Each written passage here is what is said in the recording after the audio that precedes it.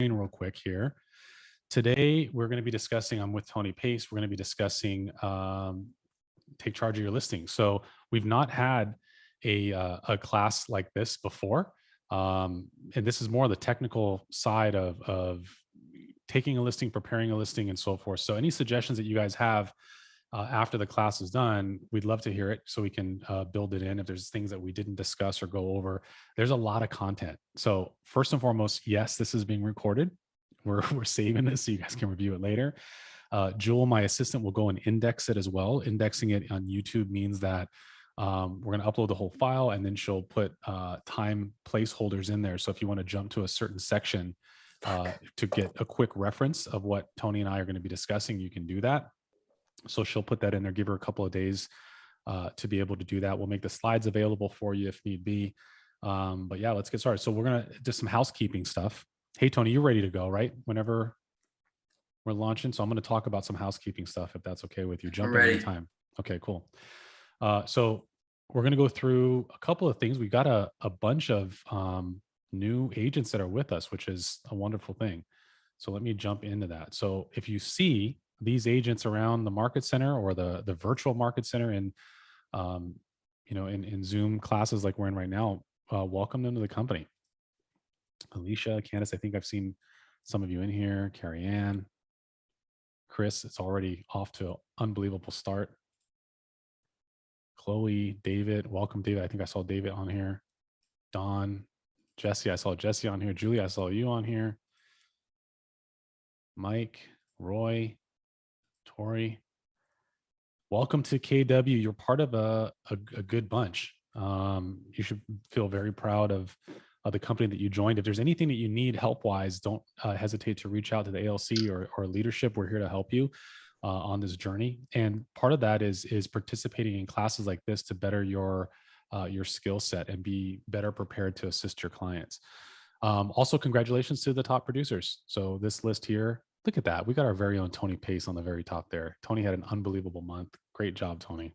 If you see these top producing agents, congratulate them on a job well done.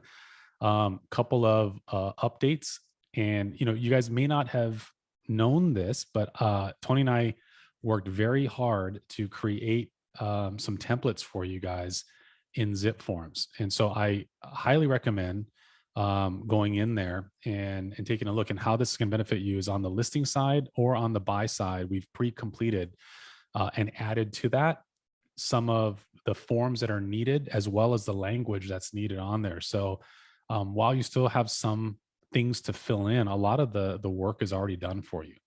If you don't see this, so if you go into Zipforms and you see the template section that's highlighted there in green, if you click on that and on your Zipforms you don't see anything, that means you're not linked up to the KW library. It's an easy fix. We'll get Carrie, who is our tech trainer here at the Market Center, to get in contact with you and get your Zipforms linked up. But trust me when I tell you, this is going to make your life so much easier. So if you click on listing, it'll import the listing agreement. It'll import the MLS prop type. It'll also import all the addenda that you're going to need.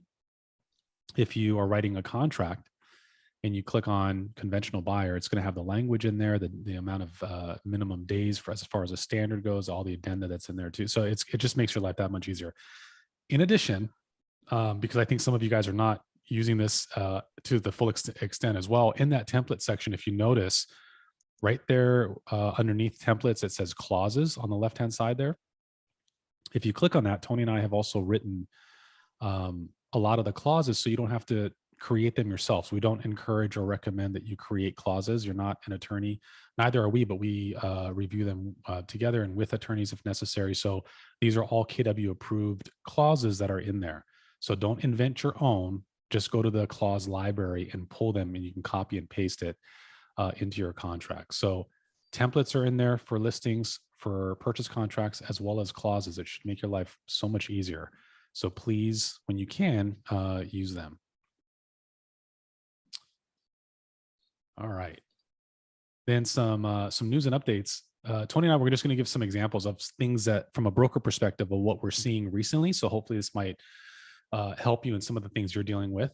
And by the way, If I'm referencing, I'm not using names or agents' names. So if I'm referencing you and you're on this call, trust me, and I'm not going to call you out. Don't worry.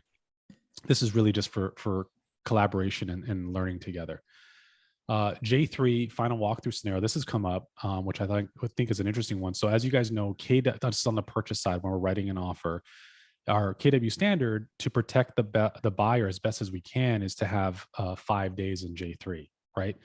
And give me Tony, if you don't mind, give me a reason as to why we lean towards 5 days. Normally, like 48 hours prior to closing, documents already prepared, conveyances, and the loan's already been funded. So if you've got less than 5 days and you're on a 3-day weekend and you do your final walkthrough like on a Saturday, it's too late to pull recording already. Or if you do it on Friday, it's too late to pull recording. And your only recourse really is to execute J4 as far as any items that come up, and it's too late for your buyer. And we just had a situation that we're getting involved in where there were some things that weren't done in accordance with J3, and I'm not really sure where it's going to go, but it does create a problem somewhere down the road. So every time Chad and I talk about these items in the contract, we're seeing complaints firsthand, and we pass it on to you. So J3 should never be less than 5 days.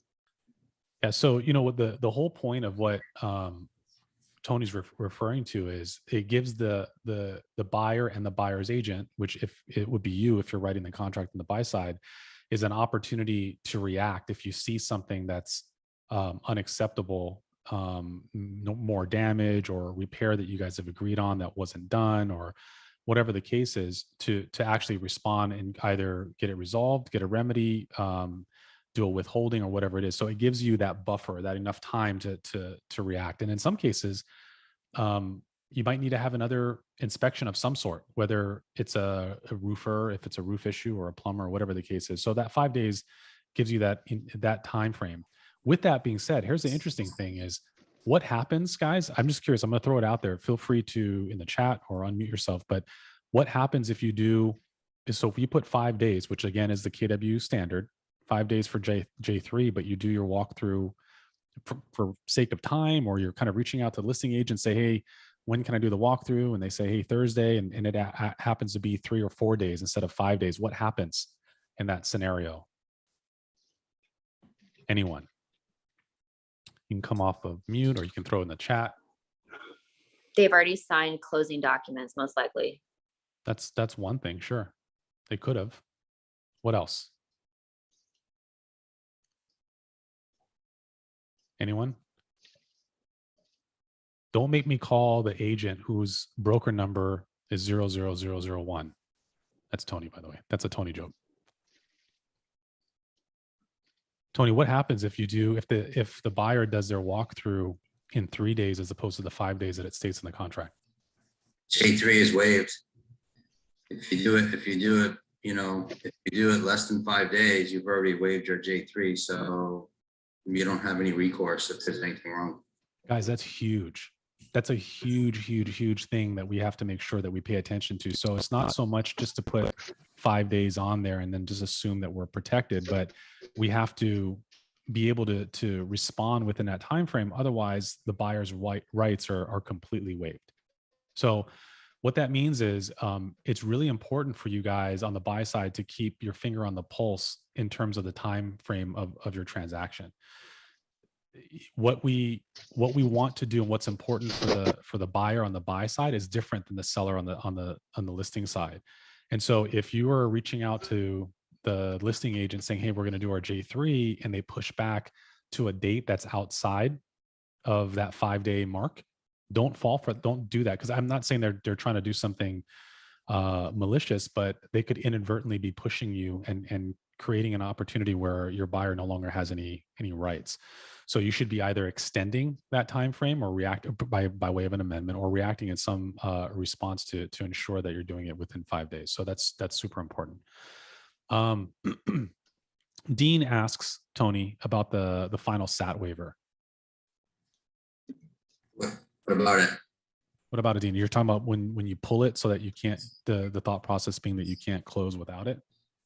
Yeah, I guess from the standpoint of if, I mean, of course, to your point already, we don't want to that J3 to lapse, but how about in the case of, again, we don't want to go there, but if it does lapse and then say the buyer said, okay, we're not going to sign the final stat waiver, so that escrow will release funds. I'm going to give my opinion on it, and then I'll let the far more experienced and seasoned Tony respond.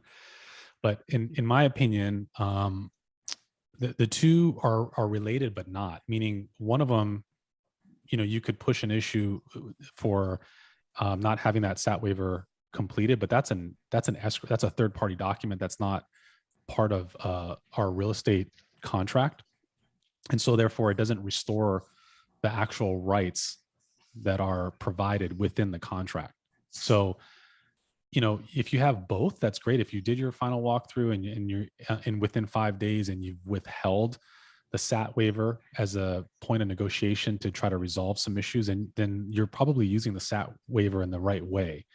But if you bypass, if you've gone beyond it, you did it in day 3 or day 4, not within a time frame whereby the buyer has no rights based upon the agreement, and you're using the SAT waiver as that kind of final protection, I think that you've misused it or misunderstood that you haven't restored the buyer's rights. But Tony, what do you think on that scenario?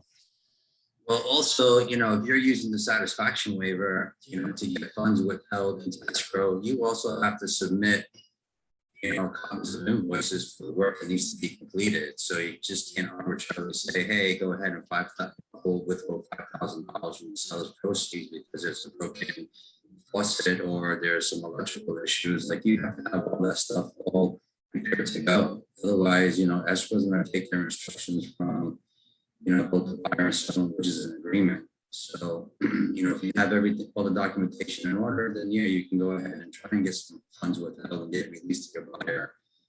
You can't do that if you don't have enough time to regroup. Okay, thank you. Good point. Yeah, I just was always curious about that. And I guess to your point, we just don't want the J3 to expire. We want to be in compliance on the buyer side of finance. Thank you. Kim, you had a question? Yeah, so that extension that you mentioned, is that the one-time extension or is this a separate extension? So the extension could be, it could be a lot of things, but I would recommend, depending on the circumstance, you can create an amendment. So Tony brought up a great point the other day when we were discussing this class and this issue is, don't assume that an extension just extends everything and all rights. Like, you got to be very, very specific that you're extending the closing date, but you're also extending, either J3 or whatever it is. So an amendment that you're creating should be reviewed and thought through with the help of your BIC so that you can help structure what things specifically that you're extending. So don't just assume that F3A, for instance, is going to move all parts. It could. It depends on what it is that you're trying to accomplish. Tony, you want to add something? Yeah, I wanted to say that, we've seen some standard addendums come back from other companies, in the purchase contracts, and you have to be really diligent in reviewing those, because one of them states that if the closing date is extended, and it extends all timelines of the contract, which have not been met yet. And there was also one I saw the other day that if you're J1, you're J3, or whatever the contingency is, falls on a weekend, it's automatically extended to the next business day. So you have to be diligent in what you're taking a look at before you have your client sign anything, especially if you're outside. Hey, Tony, by the way, unlock your door. Hannah's going to go in there and help you with your mic. Your mic's cutting in and out. I'm going to move on to the second section, which is the lender adding F2, F3A for total closing costs. I've seen this come up a number of times where you're on the buy side, you're writing a contract, and let's say you have a 30-day closing, but you have 15 days for F3A. I've seen it where a lender will go, oh, you have 45 days to close. That is absolutely 100% not correct. You could have a total of 45 days, but there's a lot of the F3A is a little bit of a moving target, meaning there could be a scenario whereby the other side meaning the listing side, uses that F3A, therefore the buyer can't use it. And if they use it and use 1 day, well, using 1 day is the same as using 15 days in the structure of the purchase contract. So whereby they burn F3A altogether. So I say that because when you guys are working with a lender, make sure that you are having a discussion with them as to when they can close, like when their actual closing time is. And hopefully you're working with a lender that will work backwards, working backwards, meaning that they understand where the close date is supposed to be. And then so many days before that, they need to know that they got to fund, and how many days before that they got to sign. And before that, they got to have the appraisal back and conditional underwrite. And they're working backwards to that date, not like credit unions often do, which is they just take it and kind of throw it in underwriting, and it takes 2 or 3 weeks to underwrite. You want to make sure that you're working with that lender. They understand our contract, which is F2 is the closing date. Forget F3. F3 is used when we need to for negotiation purposes, but don't let a lender trick you into thinking that is the combination of F2 and F3 is what that closing date is. That is not the case. So just be cautious of that. Lastly, E3, and this has come up actually a few times recently, which is same thing again, which is involving a lender, and the lender. So E3 is, if you guys notice on E2, there's all the inclusions, and one of the things that's on there, it says owned PV, and then E3 has what would appear to be leased PV is kind of the argument. And it's not, it's just additional documents. So it says lease systems or alarms and other items as well. So the reason why we always say, if you have an owned system, check owned PV system in E2, but also check E3, is that so you can get any documents relating to the PV system. It could be a maintenance agreement. It could be a warranty. It could be the net metering agreement. It could be a lot of different documents that the seller may have possession of, that they need to, for the best interest of your buyer, that they provide to you in a timely fashion. That's the reason why we need it. The solution that we had most recently with, and I'm going to talk to the agent who's on the class today, if it worked or not, is that I guess the lender was pushing back because the lender didn't want it in there. Here's the thing. The lender doesn't have the fiduciary responsibility that we do to protect our client. So it's kind of like they need to stay in their lane, and we're certainly in our lane. But the solution could be a strike through on the word leased in E3. It could be adding more clarifying information in section Q, which your broker can help you structure. But I don't want to have any lender or third party dictate or determine or influence how the contract is written, because it's easier for them to underwrite when it's us that's going to be responsible if something goes sideways on how that shows up later. You know, if a year from now, if the seller or the buyer rather is unhappy with the purchase, they're not going to go to the lender and say, well, the lender had you remove this for sake of underwriting, but they're going to come to us as agents. So make sure that we write it the right way to protect them. So hopefully that answers that.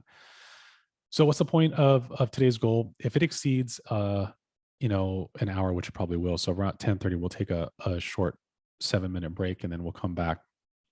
But we're going to get a better understanding of preparation of the listing. We're going to go through the listing agreement, as well as any necessary supporting documents. We're going to talk about some strategies on pre-listing, MLS, showing time, and some resources. Like always, we always put this in here. Please take notes. Notes are really, really important to better understand how to better your skill set in serving our clients. And again, leadership, your coaches, your BICs and your brokers are all here for you to help. So if you need one-on-one, or you want to ask some questions, or you have a specific scenario, just reach out to me after the class, and I'm happy to help you. Stephanie, your comment earlier about it's hard to hear. Is it hard to hear me, or were you referring to Tony? Oh, I was talking about Tony. Okay. Tony, yeah, but it's fixed. So thank awesome. you. Thanks. All right, so here's what we're going to go through. Again, it's pretty technical, so I apologize in advance. I'm not trying to put anyone to sleep here, but it is very necessary information because we see it wrong all the time on Tony and I's side, as well as some of the other BICs. So here's what we're going to go through. We're going to talk about pulling the property data from various different sources. This is in preparation for your listing. So MLS, if it's a listing that you're going to want to pull MLS from the previous listing for the subject property. You can either go to Hawaii Information Services or Realist to pull some property information. You're going to go to the tax assessor's site. You're going to order a prelim, order a net sheet. Then you have some listing presentation options and what you can put in that presentation. And then, of course, comps. We'll talk about pre-listing packets. Have you guys ever heard of that or not? It's something that we'll chat about. And make sure that there's some tidbits. Is make sure that the person you're speaking with in the conversation leading up to the listing presentation, that's the person that's either on title or has power of attorney or is an authorized decision maker. And you have to be very careful if the property is in a trust or if it's in an LLC or a corporation, or if it's a married couple that is in the process of getting divorced. That's literally a hard stop. If you hear that, come talk to your broker, because that can put us in a very liable situation. So first and foremost, when you're preparing the listing, you're going to go to the MLS. You're going to put the property address in, just as it's listed there, and you're going to click on sold because you're looking for it's sold data if there is any, and you're going to put 0 and then nothing. So it pulls up everything, all history of that property. And you will see this as a result. You'll see how many times that same property, it's all the same property, has been sold. And then you can go through it and you can see the various different stages. You can see different remarks on it. You can see the photos or conditions or upgrades. So it gives you a better idea of what happened, who it was listed with, the time frames it was sold. You can also look at the history of it being listed and maybe withdrawn as well, if you want to look at it from that perspective. That'll give you an idea of, I know I do that. I don't know, Tony, if you do that, but if I have a client that says that they've tried to list with a couple of other agents, while that's fine. That's not a red flag for me, but it's something that's curious to me, and I want to find out who. I mean, have they used like 2 realtors every single year to list every 6 months, kind of thing? If that's the case, I may not want to take that listing at all. So I look at things like that. But here's the sold information, and then when the results pop up, you can get an idea of the sales history on that property, and you can click through all the MLS data. As far as, well, I'm not going to get into Hawaii Information Service because we're talking about either or. And in this case, Realist is readily available through the MLS. It's free. So this is where you would click on that information. So on the opening screen on High Central, I'm sure you guys are all familiar with that. You're going to click on Realist and it'll bring you to this dashboard. You'll put the property address in, it'll pop up. And here's the information that you can find on Realist. So that's a screenshot of what it looks like. But why is it important? You can get the owner information, you can get flood zone information, you can get the TMK and legal description, you can get the tax assessment information, the characteristics of the property, building permits, features, listing information, last market sales history, mortgage history, property map, and then you can get links to tax records. So it kind of links you around to other things that you're going to need as well. So I would say that in my experience, while government information and public information is not 100% accurate, I would say it's pretty close. Very rarely do I see it completely off, but that's why we check. I personally will kind of look at either a combination of Realist and the tax assessment information, or Hawaii Information Service and the tax assessment information as to square footage, bedroom count, and that sort of thing.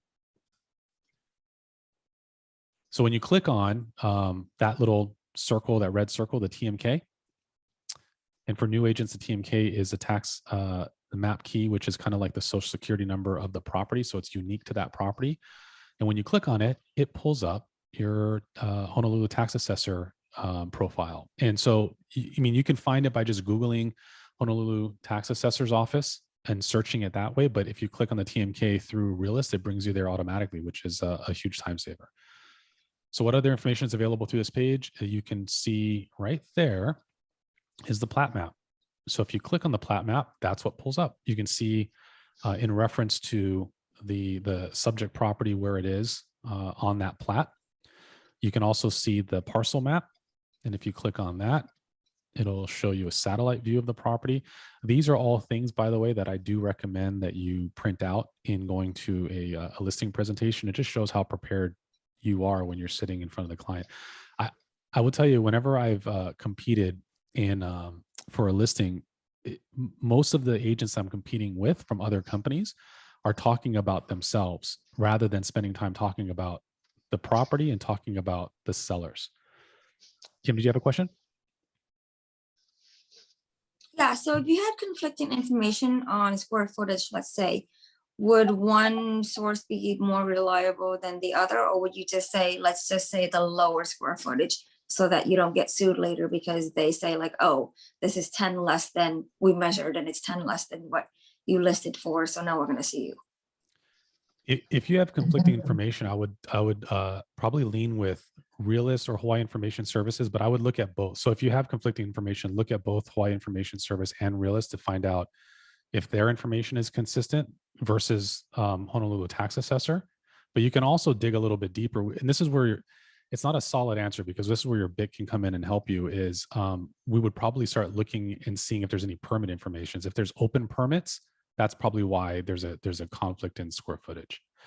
And then we might have some disclaimer information that we would ask you to put on there. But we would always lean to be conservative because we don't want, like to your point, we don't want to create a liability and have a lawsuit later.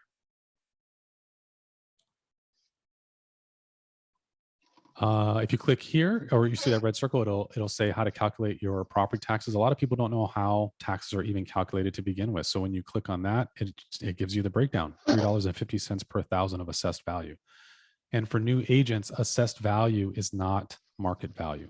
They move in the same direction, but they are not consistently the same thing. So the assessed value is what the county will assess it for sake of taxes, and market value is what someone's willing to pay for the property. So in a market that's a hot market, that's a moving market, the market value typically leads assessed value anywhere between 5 to 15%.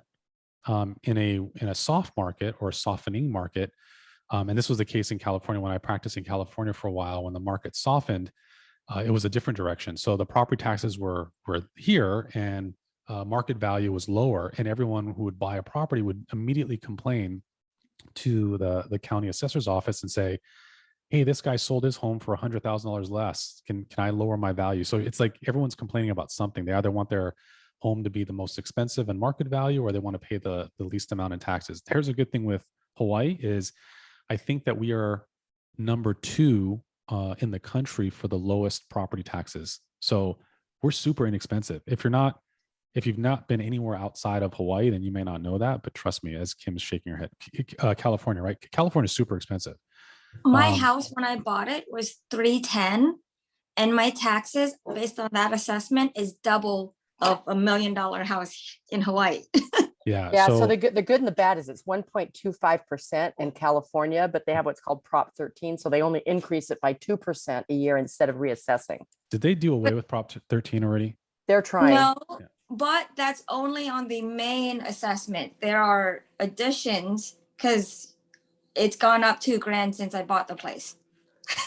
I was at one point when I had paid off most of my my mortgage in California, my property taxes was more than my mortgage. It was crazy. It's absolutely insane. So Hawaii has absolutely great property taxes. Just know that, especially when you're dealing with investors or people who are buying second homes, just so that they know. But anyways, here's how that calculation works. You can find all that.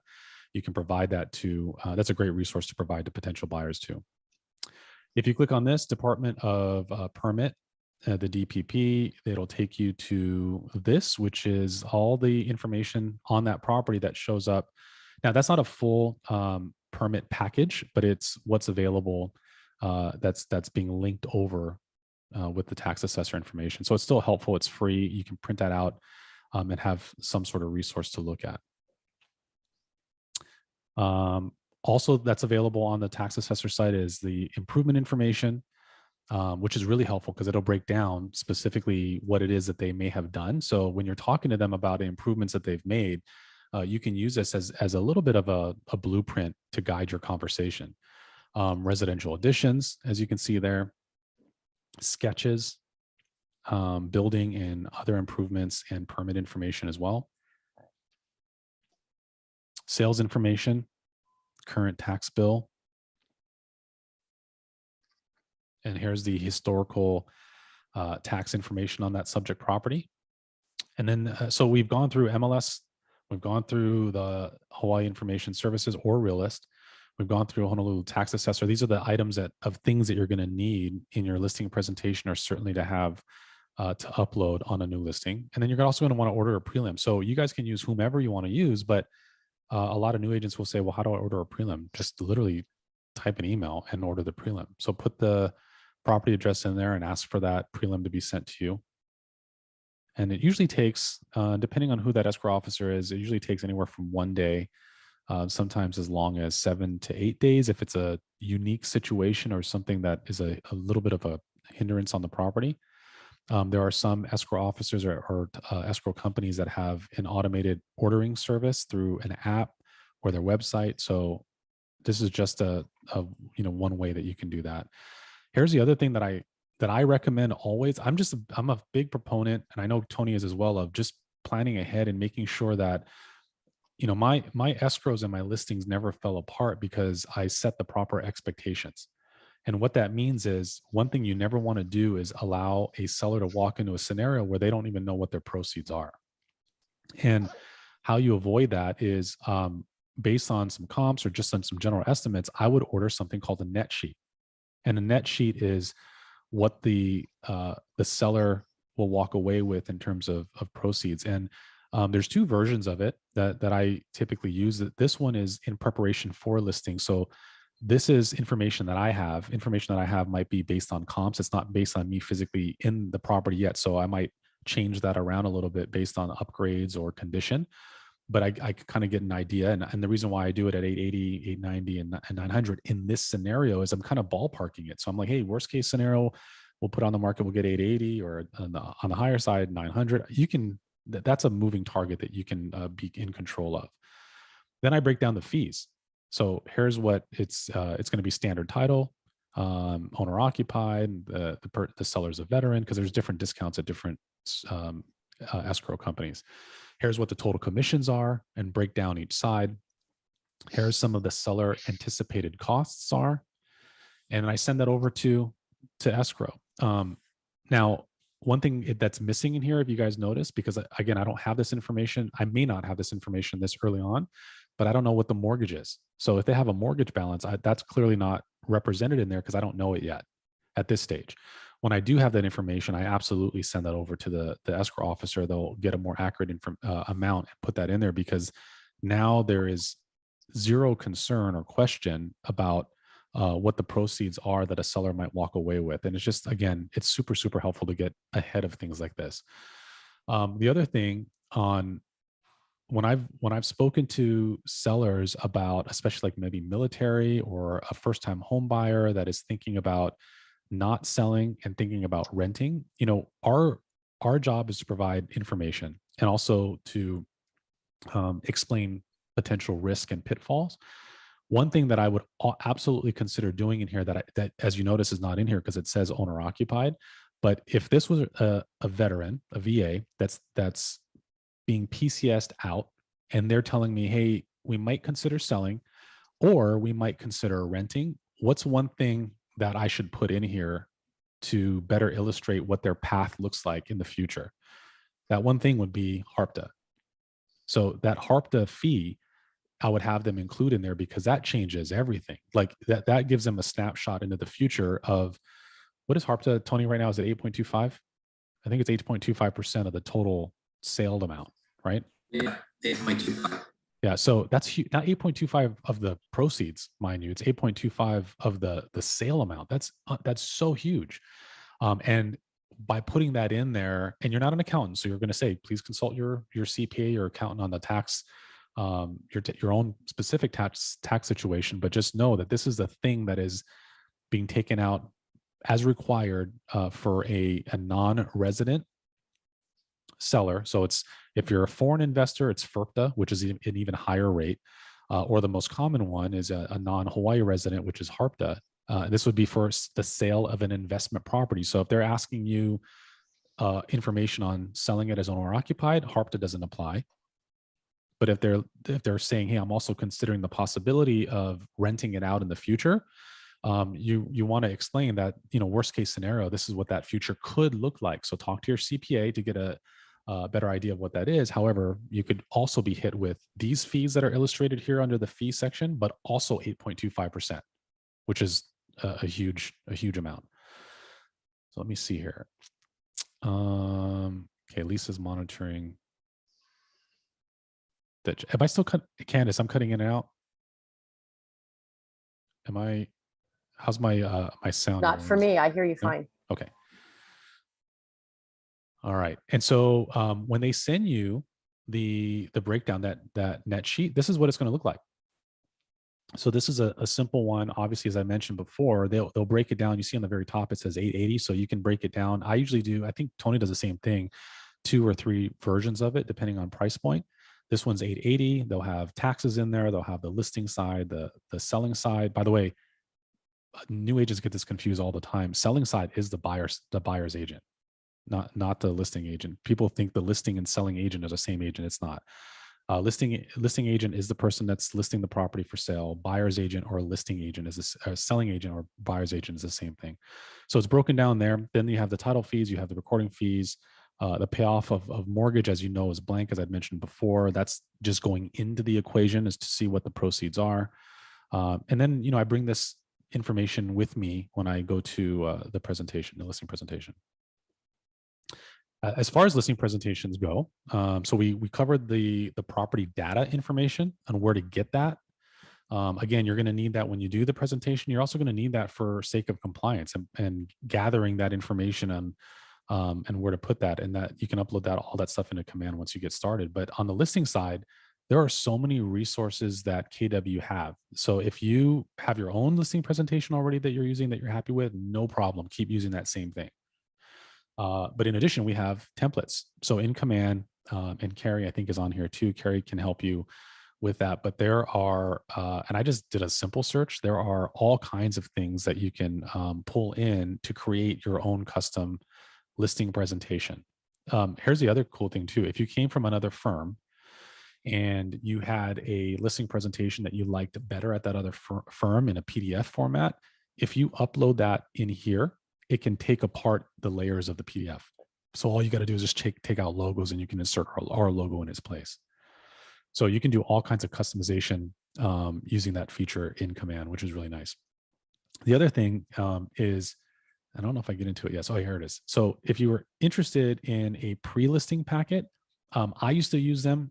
I recommend it. I just did a quick search in KW Connect. KW Command is our CRM. It houses all the compliance information and designs and all that. KW Connect is the education side of it, the resource side of it. If you log into KW Connect, I did a search on pre-listing packet and a ton of stuff came up. So I just clicked on one of them, which is there. It also has a YouTube link as well. But what is a pre-listing packet? A pre-listing packet is if you've made an appointment to do a listing presentation with someone. Let's say that I had a call today. I'm doing lead gen. I get someone on the phone. I have a listing appointment set for next Friday. What I would do typically is I would create a pre-listing packet and I would either drop that packet off or send that packet. I wouldn't email it. Some people do. I don't recommend doing that because it seems a little lazy and kind of misses the point of going above and beyond, but that's up to you. But a pre-listing packet is you're kind of, assuming that person is shopping around and looking at other agents, I'm trying to beat out the competition with showing how prepared I am, how much they mean to me and how much I want to earn their business. You're not giving away any secret sauce. Everyone kind of goes, well, I don't want to talk about the comps and what I'm charging. That's not the things that you're putting in there. You're putting in there the general marketing things, who we are as a company, those kind of things. And then when you show up for the actual listing presentation, this is why it's important to figure out if you're going to do a pre-listing presentation as well as our pre-listing packet along with the listing presentation. If you do, you have to separate those 2 documents and what's going to be in each one, versus if you're not going to do the pre-listing and only do the listing, then you'll kind of have everything together. But I will tell you, regardless of what route you go, make it about them. They should be the hero of the story. I've sat in and shadowed some agents before and in doing listing presentations, and I can't tell you, I think the biggest mistake that agents make inadvertently is making it about them. Like they'll walk in and they'll go, I'm the top agent here and I did this many sales and I'm the best here and I won this award and I won that award. That's make your elevator pitch, so to speak, 15 seconds. Like that's all that I've been doing this for this a long amount of time. I'm with KW, the best company for real estate. But more importantly, let's talk about and then you immediately jump into what their goals and priorities are and seeing their home, and you'll see their faces completely light up when they're talking about them. They're talking about what their goals are, what their plans are. Are they selling just to rent? Are they selling to relocate? Are they buying someplace else? Oh, you're moving. You're PCSing to Tennessee. Fantastic. I have agents in Tennessee. Part of the service that I have is I'll interview them for you and find you the agent that's a right fit. Would that be helpful to you? So you're controlling all aspects of it. Oh, you're doing a 1031 exchange. Wonderful. I'm great at doing 1031 exchange. It's really important to ensure that the agent that we're cooperating with on the other side also is experienced in 1031 exchange. So I'll help you find one that we can work with to ensure that we have a smooth transaction, because 1031 is so time sensitive and such a sense of urgency that we want to make sure the agent opposite of this transaction on the other, either replacement property side of it, or that they understand the timeline that we're working within as well. So I kind of make them, the hero of the story. You can go either route, pre-listing packet or just a listing presentation, but I highly recommend that you consider a pre-listing packet. The most effective one is one that you drop off. So if I have a listing next Friday, I'll just tell them, hey, can I drop off some information for you over the weekend or over the next couple of days? And I would just drop it off. And in there, what I would put in there is a form of what you love about the property the most. Like, what's your favorite things about this home? Because then now you're talking about them, about the subject that they want to talk about. And also when you show up for the listing presentation, it makes your presentation that much easier, because they hopefully have already wrapped their head around some ideas and concepts, especially some forms that you're going to need as to what they love about their property the most. So you can focus in on and hone in on those kinds of things. But I can have a whole separate conversation about the listing presentation and how that works. But that, just to give you some information, there's tons of data on KW Connect, as well as with Carrie and YouTube as well. As far as comps go, comps are kind of, Tony, I'm sure that you would agree, it's a little bit of a art and science. It's not as definitive. Wouldn't you agree with that? Yes. One other thing that I do when I do the comps, I also pull out the type of financing that was taken down, if it was cash, because that way you can kind of prepare a seller that, hey, it may be a VA buyer, it may be a USDA, it may be all cash. Because they're going to ask you, like, I'm going to listing appointments, and they're going to ask me, like, what kind of buyer is more than likely going to buy my property? If you research, the comps for like the last 6 months, you'll be able to pinpoint that down for them. And I think Tony brings up a great point too, is in the listing presentation, one of the things that I would also know and make mention of too is who the demographic is that are potential buyers. So, you can kind of create that pie chart, so to speak, of who the buyer is going to be. I mean, if you have a property that is a long-term lease, then what you do know is it's not going to be owner occupied. It's certainly not going to be FHA, VA, or USDA, because those are all owner occupied buyers. So you might be marketing specifically to investors or 1031 exchange. And that's helpful to know, because the last thing that you want is to walk in and say, hey, this property is tenant occupied in a long-term lease for the next 12 months. And then you're talking about how you're going to find a VA buyer. That shows that you don't know what you're talking about. So you want to make sure that you understand what you can and can't do, who the demographic is too. But another thing that Tony just reminded me of in terms of finding that right demographic, that right buyer, is in Command, you can do social media and Facebook ads to different demographics. So if you run, there's a report that you can run, and Carrie can probably chime in on the chat and tell you, but there's you can see the referral patterns of who's coming and going and where the referrals are coming from, and you can market to certain areas. So for instance, I'll give you an example. If I had a luxury property, beachside property in Kahala, my demographic might not be clearly a first-time home buyer. It certainly might not be a VA buyer or things like that, but it might come from some other place. So I might do some social media advertising marketing on Facebook to Northern California, to some parts of Southern California, maybe South Korea, but some areas that I know that those are where the buyers will be. So I'm doing ads specific to the demographic of potential buyers. That's super, super powerful. So you should absolutely know who your potential buyers and demographics are for each property. With regards to the comps though, sold comps, as you can see on the right-hand side, everything that's in red with that S as a status on there is sold. Sold has far more weight than anything else, than active listings or in escrow, what have you. But an appraiser will look at the overall data. It's just that the sold data by far and away has more weight. When you're pulling comps, you want to go as close to chronological and geographical as to the subject property. So, some people go, well, this property sold down the street 3 years ago for X amount of dollars. That's too far. That's too far time-wise away. As close a sale as property in both distance as well as time and condition, of course. And then they do something called adjustments. So if you have a 5-bedroom property and you're the only 5-bedroom property in the entire neighborhood, number one, it's what we refer to as being overbuilt in that area. It kind of stands out like a sore thumb. You don't want to have the nicest home in the neighborhood.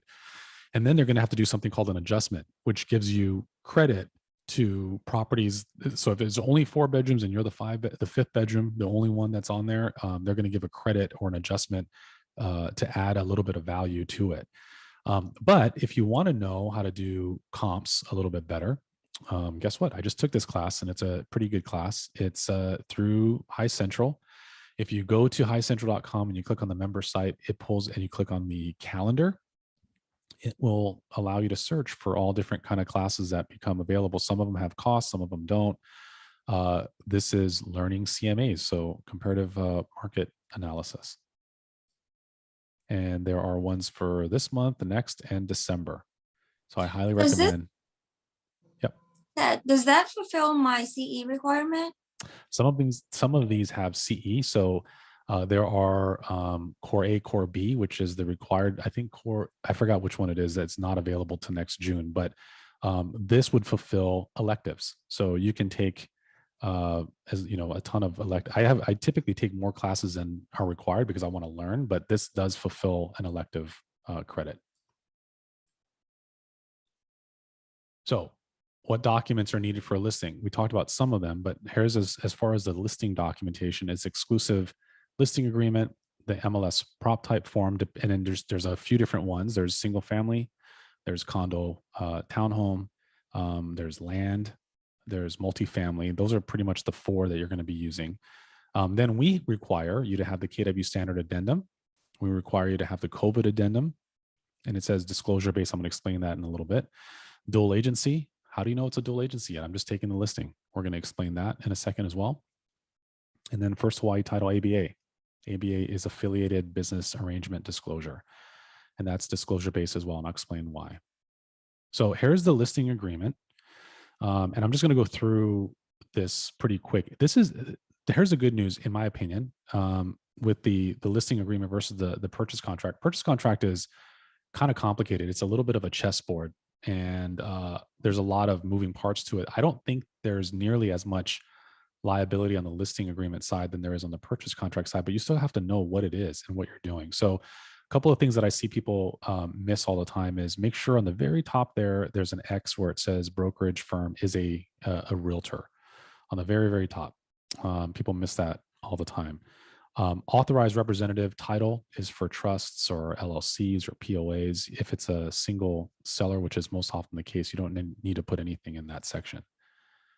What documents are needed for a listing? So we're going to move forward on A4. A4, we encourage you to try to take a listing for 12 months. This is obviously a negotiation, so it's not a requirement by any means, but I do see, and every strategy is a little different. So there's some agents that do focus on for sale by owner, and that kind of strategy, they may only allow you to list for 30 to 60 days. That's understandable. I get it. But try to go longer because as that time runs out, you're going to have to either have an amendment or redo a listing agreement to extend that out. And so there's just more paperwork for you to sign. And there's just, this is different thought processes. I know Tony does it a little bit differently, but for the advance notice of termination, I typically would put in 45 to 60 days. And here's the reason why I do that is because I typically spend a lot of time, effort, and money in my marketing. And so if someone says they want to terminate the listing agreement earlier than the 12 months, but allowing to do so because I have the advance notice in there, I want a cooling down period so that they might change their mind, but also an opportunity for me to unwind some of my marketing. Because if I have it listed at like a day or two, that's, for me, that's not enough time for me to unwind some of my marketing. Whereas like Tony's strategy is, if anyone knows Tony, this is perfect for Tony. He's like, hey, if I don't want to work with you, I don't like you, I'm done with you. It's over. I can't unwind my marketing that quickly. So this is not a KW requirement so much as it is understanding what that means and how that can impact your relationship or impact your business on what you're doing. Then you have A5, the listing price. This must be completed before a BIC signs it. So I know that some of you guys send it to the brokers to sign, and some of these things are blank. This thing has got to be completed. The BICs are more than happy to look at it to get an idea of if they can help you or suggest any changes or strategy. But if we're actually signing it to execute it, we got to make sure that the price and dates and all these things are in there. A7, which is the compensation. This is the commission. It should be formatted as whatever your total commission is. So 2.5% of final sales price, or 6%, which is a total, not just one side of the final sales price, with GET or no GET should be indicated on there as to what we are making in total. Again, it's not just the list side, it's the total. And then on A9, all the way in the bottom, that's the compensation to the buyer side. So that's also going to be the same number that's going to show up on the MLS as to the total compensation. A8, which is a protection period, I would recommend that you put in 90 days. So what the protection period is that once you terminate this agreement, you as a listing agent have 10 days to provide the seller with a list of potential buyers that if those potential buyers make an offer and the offer is accepted within that protection period timeframe, so within 90 days, you still make your commission on it. So when and how would that show up? Let's say that you did a ton of marketing, open houses, or you were in contact with buyers agents and offers were going back and forth and maybe negotiated but not finalized or not approved. And let's say that you had it listed for 6 months and you have a total of 12 to 20 potential buyers, and the seller cancels on you. What you want to do immediately, if you have the names of these potential buyers, is within 10 days in writing, submit to the seller the list of these names. And if they close on any of those potential buyers within that time frame, you're still going to get compensated for it. That's how that would be used. So the 90 days is, to me, an appropriate amount of time. Let me check the chat real quick. Hey, Chad, can I interject for a quick second? Yes, please. If the property gets relisted with another broker, I'm not saying that the sellers wouldn't be honest, but they may not provide that list to the outside, to the other agent that you're using. So you may want to go ahead and email that list to the exclusion list to the other agents so they know what they're getting into as well. Yeah, that's a good cooperation. You may not know it right away if you terminate, but you're tracking the property and you pull it up and they're listed with another firm. Then what Tony's saying is email that protection list to that other agent. A10, this is additional terms. I actually have language that's already built in to the template for the listing. So if you click on listing agreement, it'll put this language already in there, so you don't have to type it. But things like seller authorizes delayed MLS entry until a certain date or time frame, or seller agrees to reimburse listing agent for X amount of dollars for marketing should they cancel, or these kind of things, but are acceptable for additional terms. But at the end of the day, ask your BIC. Don't make things up, because you can overcomplicate things inadvertently. A11, you have to have at minimum the following. And this has gotten a lot better over time, but I think some of you are still missing some of this stuff. So KW Standard Addendum. And if I were you, when you take the listing and you already have that, you should already put that into the supplement section of MLS. It's already there. So anyone who submits an offer to you can just download that and have the buyer sign it. The seller would have already signed it.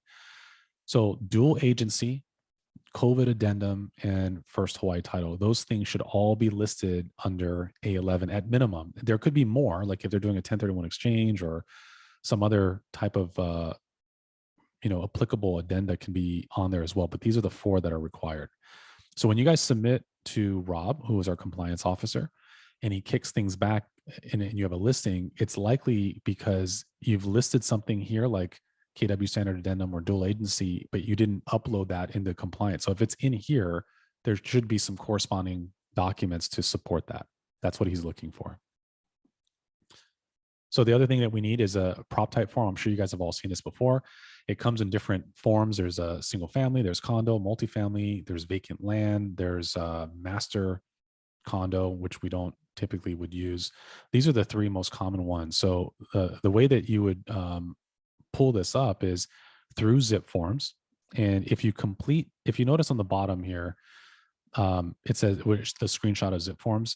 In that area, if you go through summary, then parties, and you fill all that out, it's going to auto-complete a lot of this stuff for you, saving you a ton of time in filling every little line item out. It'll move it over, and it'll push it through every single place that the TMK shows up or the seller shows up, or all that stuff will show up on every single form. So you may want to use Zipforms to its full capability.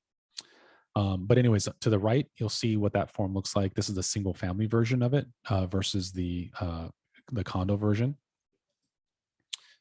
Everything that's in bold, so I'm going to kind of go in steps here. The MLS information that's highlighted in yellow, everything in bold with an asterisk is required field. So TMK is required, listing agents required, MLS is required, list price is required.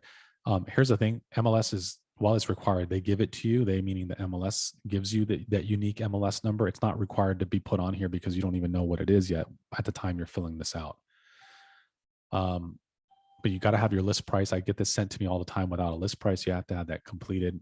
Land recorded, excuse me, that section is referring to if it's land court regular or dual systems. You may not even know this yet if you haven't ordered the prelim, which is, I recommend that you order that ahead of time for some of this reason. Listing type is always exclusive rights. There's 2 types that you can choose. Always choose exclusive rights. Listing date is the date that you're planning to go live on the MLS. This can be changed later, or you can have it changed either in A10 by certain language, or you can change it with an amendment or addendum. Compensation is the percentage offered to the other broker. So the 2.5% as an example is standard, or 3% is common. Dual variable comp, I get this question asked all the time. That's referring to you're disclosing to the cooperating broker. So if you're on the list side, you're disclosing to the buyer's agent. If you have a lower commission to you as the listing agent, if you also procured a buyer. So it's disclosing to say, like, I'll give you an example. If you said to the seller, I'll sell your property for a total of 6%, and I'll split that with the buyer's agent. But if I bring to you a buyer, I'll only charge you a total of 5%. That would be where you would answer yes to dual variable, because I'm offering 6% to the cooperating broker in total, 3 for me, 3 for them, whatever the split looks like. But I'm giving a discount to the seller if I find the buyer myself for him, then that dual variable comp would be yes. Subject to is if the compensation could change due to other factors like court approval, lender approval, et cetera. And that would be like a lender sale, a bankruptcy sale, probate sale, those kind of things. Comp method is only used if you selected yes on dual variable. And then in that case, you would put in, what that is, if it's percent or dollar amount or whatever. Foreclosure, advertised date, auction date, foreclosure number are all related to if the property is being sold as a foreclosure. So it's not anything to do with, some people put foreclosure no, but they put in an advertised date, like they think that that's the date that they themselves as a listing agent is marketing the property. It has nothing to do with that. That's only referring to foreclosures. And if you're not doing a foreclosure, leave those 4 things completely blank. Show internet is if the listing will be shown online. I highly recommend that for maximum exposure. Explain that though in the listing presentation when you're going through that with the seller, because everyone has different goals. So if the seller has a unique situation where they say, we don't want our neighbors or friends and family to know that we're selling the property, we don't want a sign out front, you got to know these things, and they may not, in that case, want their property address to show up online as well. So again, make sure that you know what their goals are, and you can match their goals. Internet address, same thing as show internet. You're going to want to, I think that you're going to want to, if they want maximum exposure, is to make that yes. The reason is if you don't, it's just going to give you general information and not say where the property is located. So you almost miss the mark on exposure for sites like Zillow, Redfin, and so forth, because it's going to group it in an area. You're going to say 3-bedroom house in Eva Beach, but Eva Beach is like, there's Old Eva, there's Eva Villages, there's Huacalay. They're all different types of properties at different price points and different levels of desirability.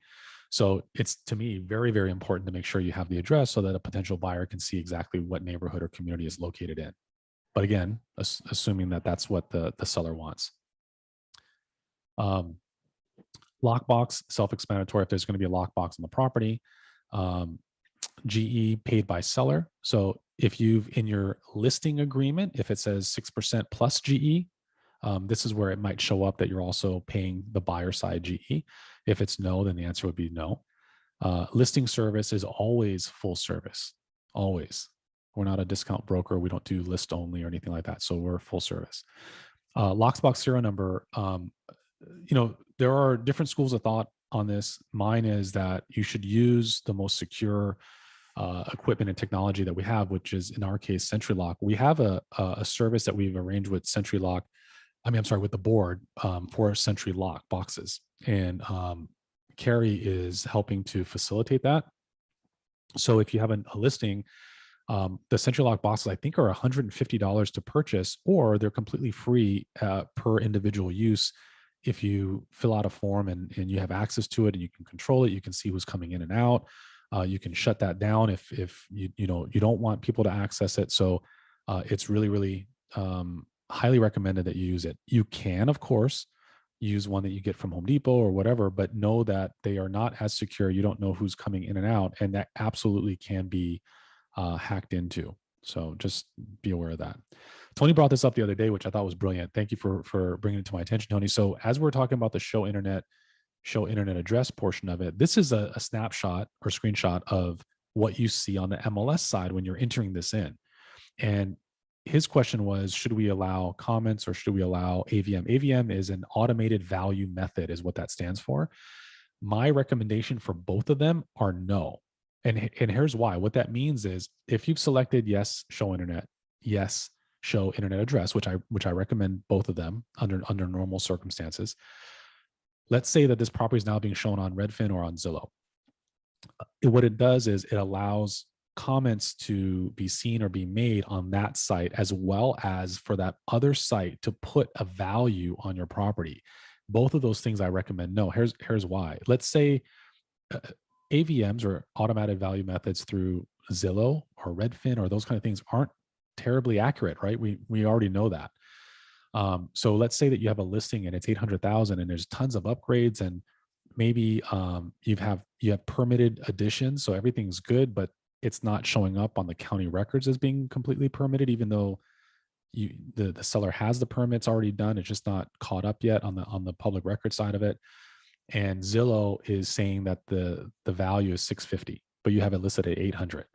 Well, you're completely doing yourself a disservice by having yes for comments and especially yes for AVM, because now on the public site, before they even get to calling you or get to wanting to go to the open house or get to see, this is the public now, not your seller, but this is the open public. They may be drawing a conclusion as to not wanting to see the property altogether because it's overpriced. That's immediately the first thing they're going to think. So I would say no to both of them so that they can just see the property themselves and draw their own conclusion. Moving on to the street address, it is literally, it's not, you don't type the entire address 6 different times. It's literally the numerical portion, just the street number. The prefix is north, south, etc. Street name is exactly that. the suffix is place, way, street, avenue, boulevard. I mean, it's breaking it down as like as simple as possible. But I keep getting people sending me the entire address typed out like 4 or 5 different times. Schools, one of the KW policies, we do not put schools in this section at all. So just leave that entirely blank. Do not put schools in the MLS. Do not put schools in the prop type form. Do not copy information from previous listings or another similar listing. That is to me a no-brainer. I see this happen all too often, and we have a lot of new agents coming from other firms, and I'm surprised about how many firms do exactly that, and they're okay with that. I don't recommend that because the MLS is garbage in, garbage out. So if you have an agent who put in wrong information by way of a typo, or they didn't look it up or do any enough research, and you copy that information, you're just copying inaccurate information. So do your own research and make sure that everything is accurate. And you have we went through every single place that you can get this information from. The only thing that we didn't cover is when it comes down to which we're going to get into, is the maintenance fee and association fee. Just call the association and find out, do they have any special assessments? What's the monthly fees? You can ask them things like, what is the owner occupancy, if that's needed, if it's a condo. You can get most of that information by doing your own research. It's not difficult. If you do have a breakdown on fees, you can break it down. Otherwise, you can put everything into the maintenance fees if it's a condo, or association fees if it's a single family or a PUD or a CPR.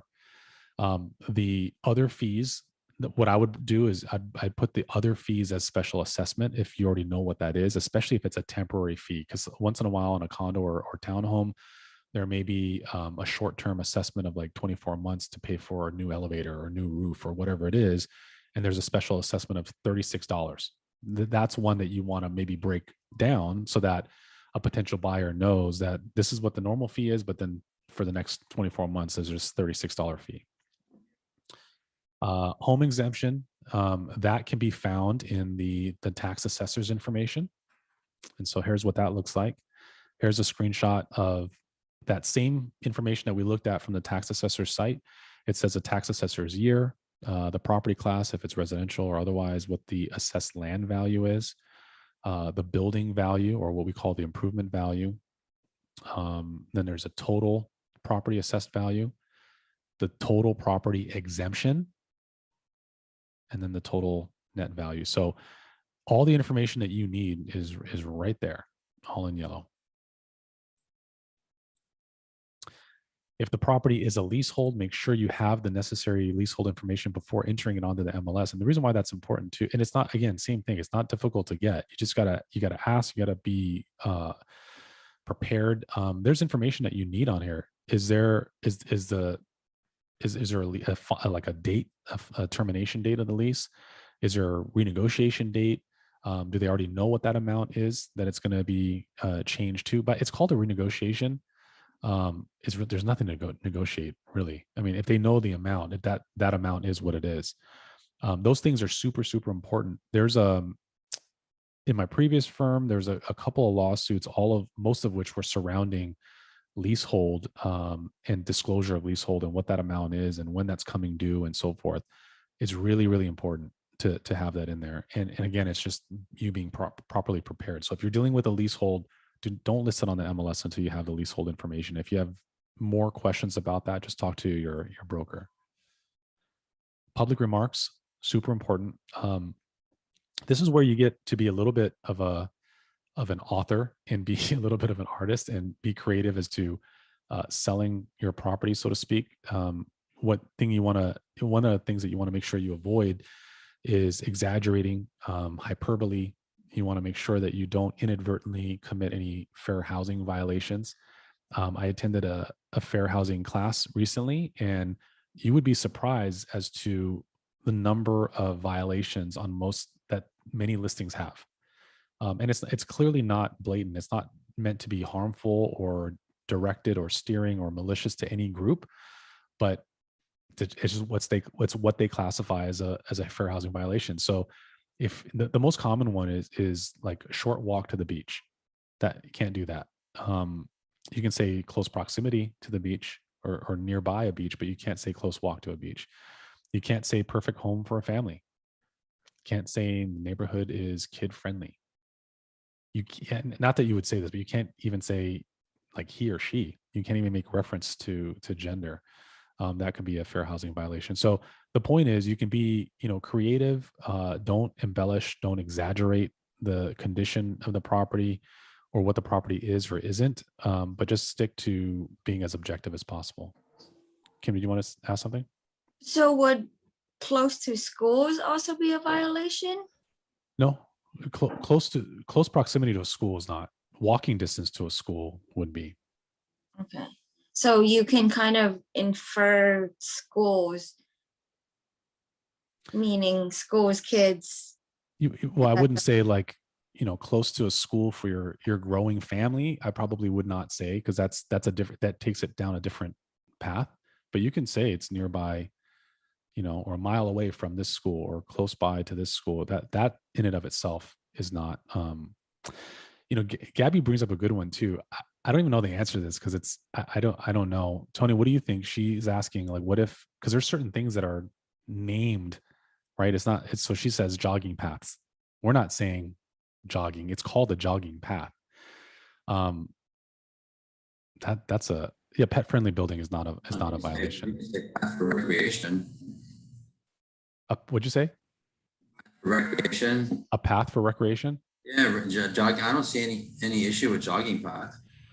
The good news is some of this is federal, so that you got to be careful. But Hawaii, every state adds on like their layers onto that. Hawaii is not as strict as other states. Our other states are like, you can't say master bedroom anymore. You can't say, mother-in-law suite. Like it gets very, very restrictive. It's not as restrictive here yet, but I'm just trying to at least start getting it into your brain that you have to be very cautious about what you put on there, not to inadvertently offend any person or group or anything like that, because that's obviously not what we're trying to do. Hey, Chad.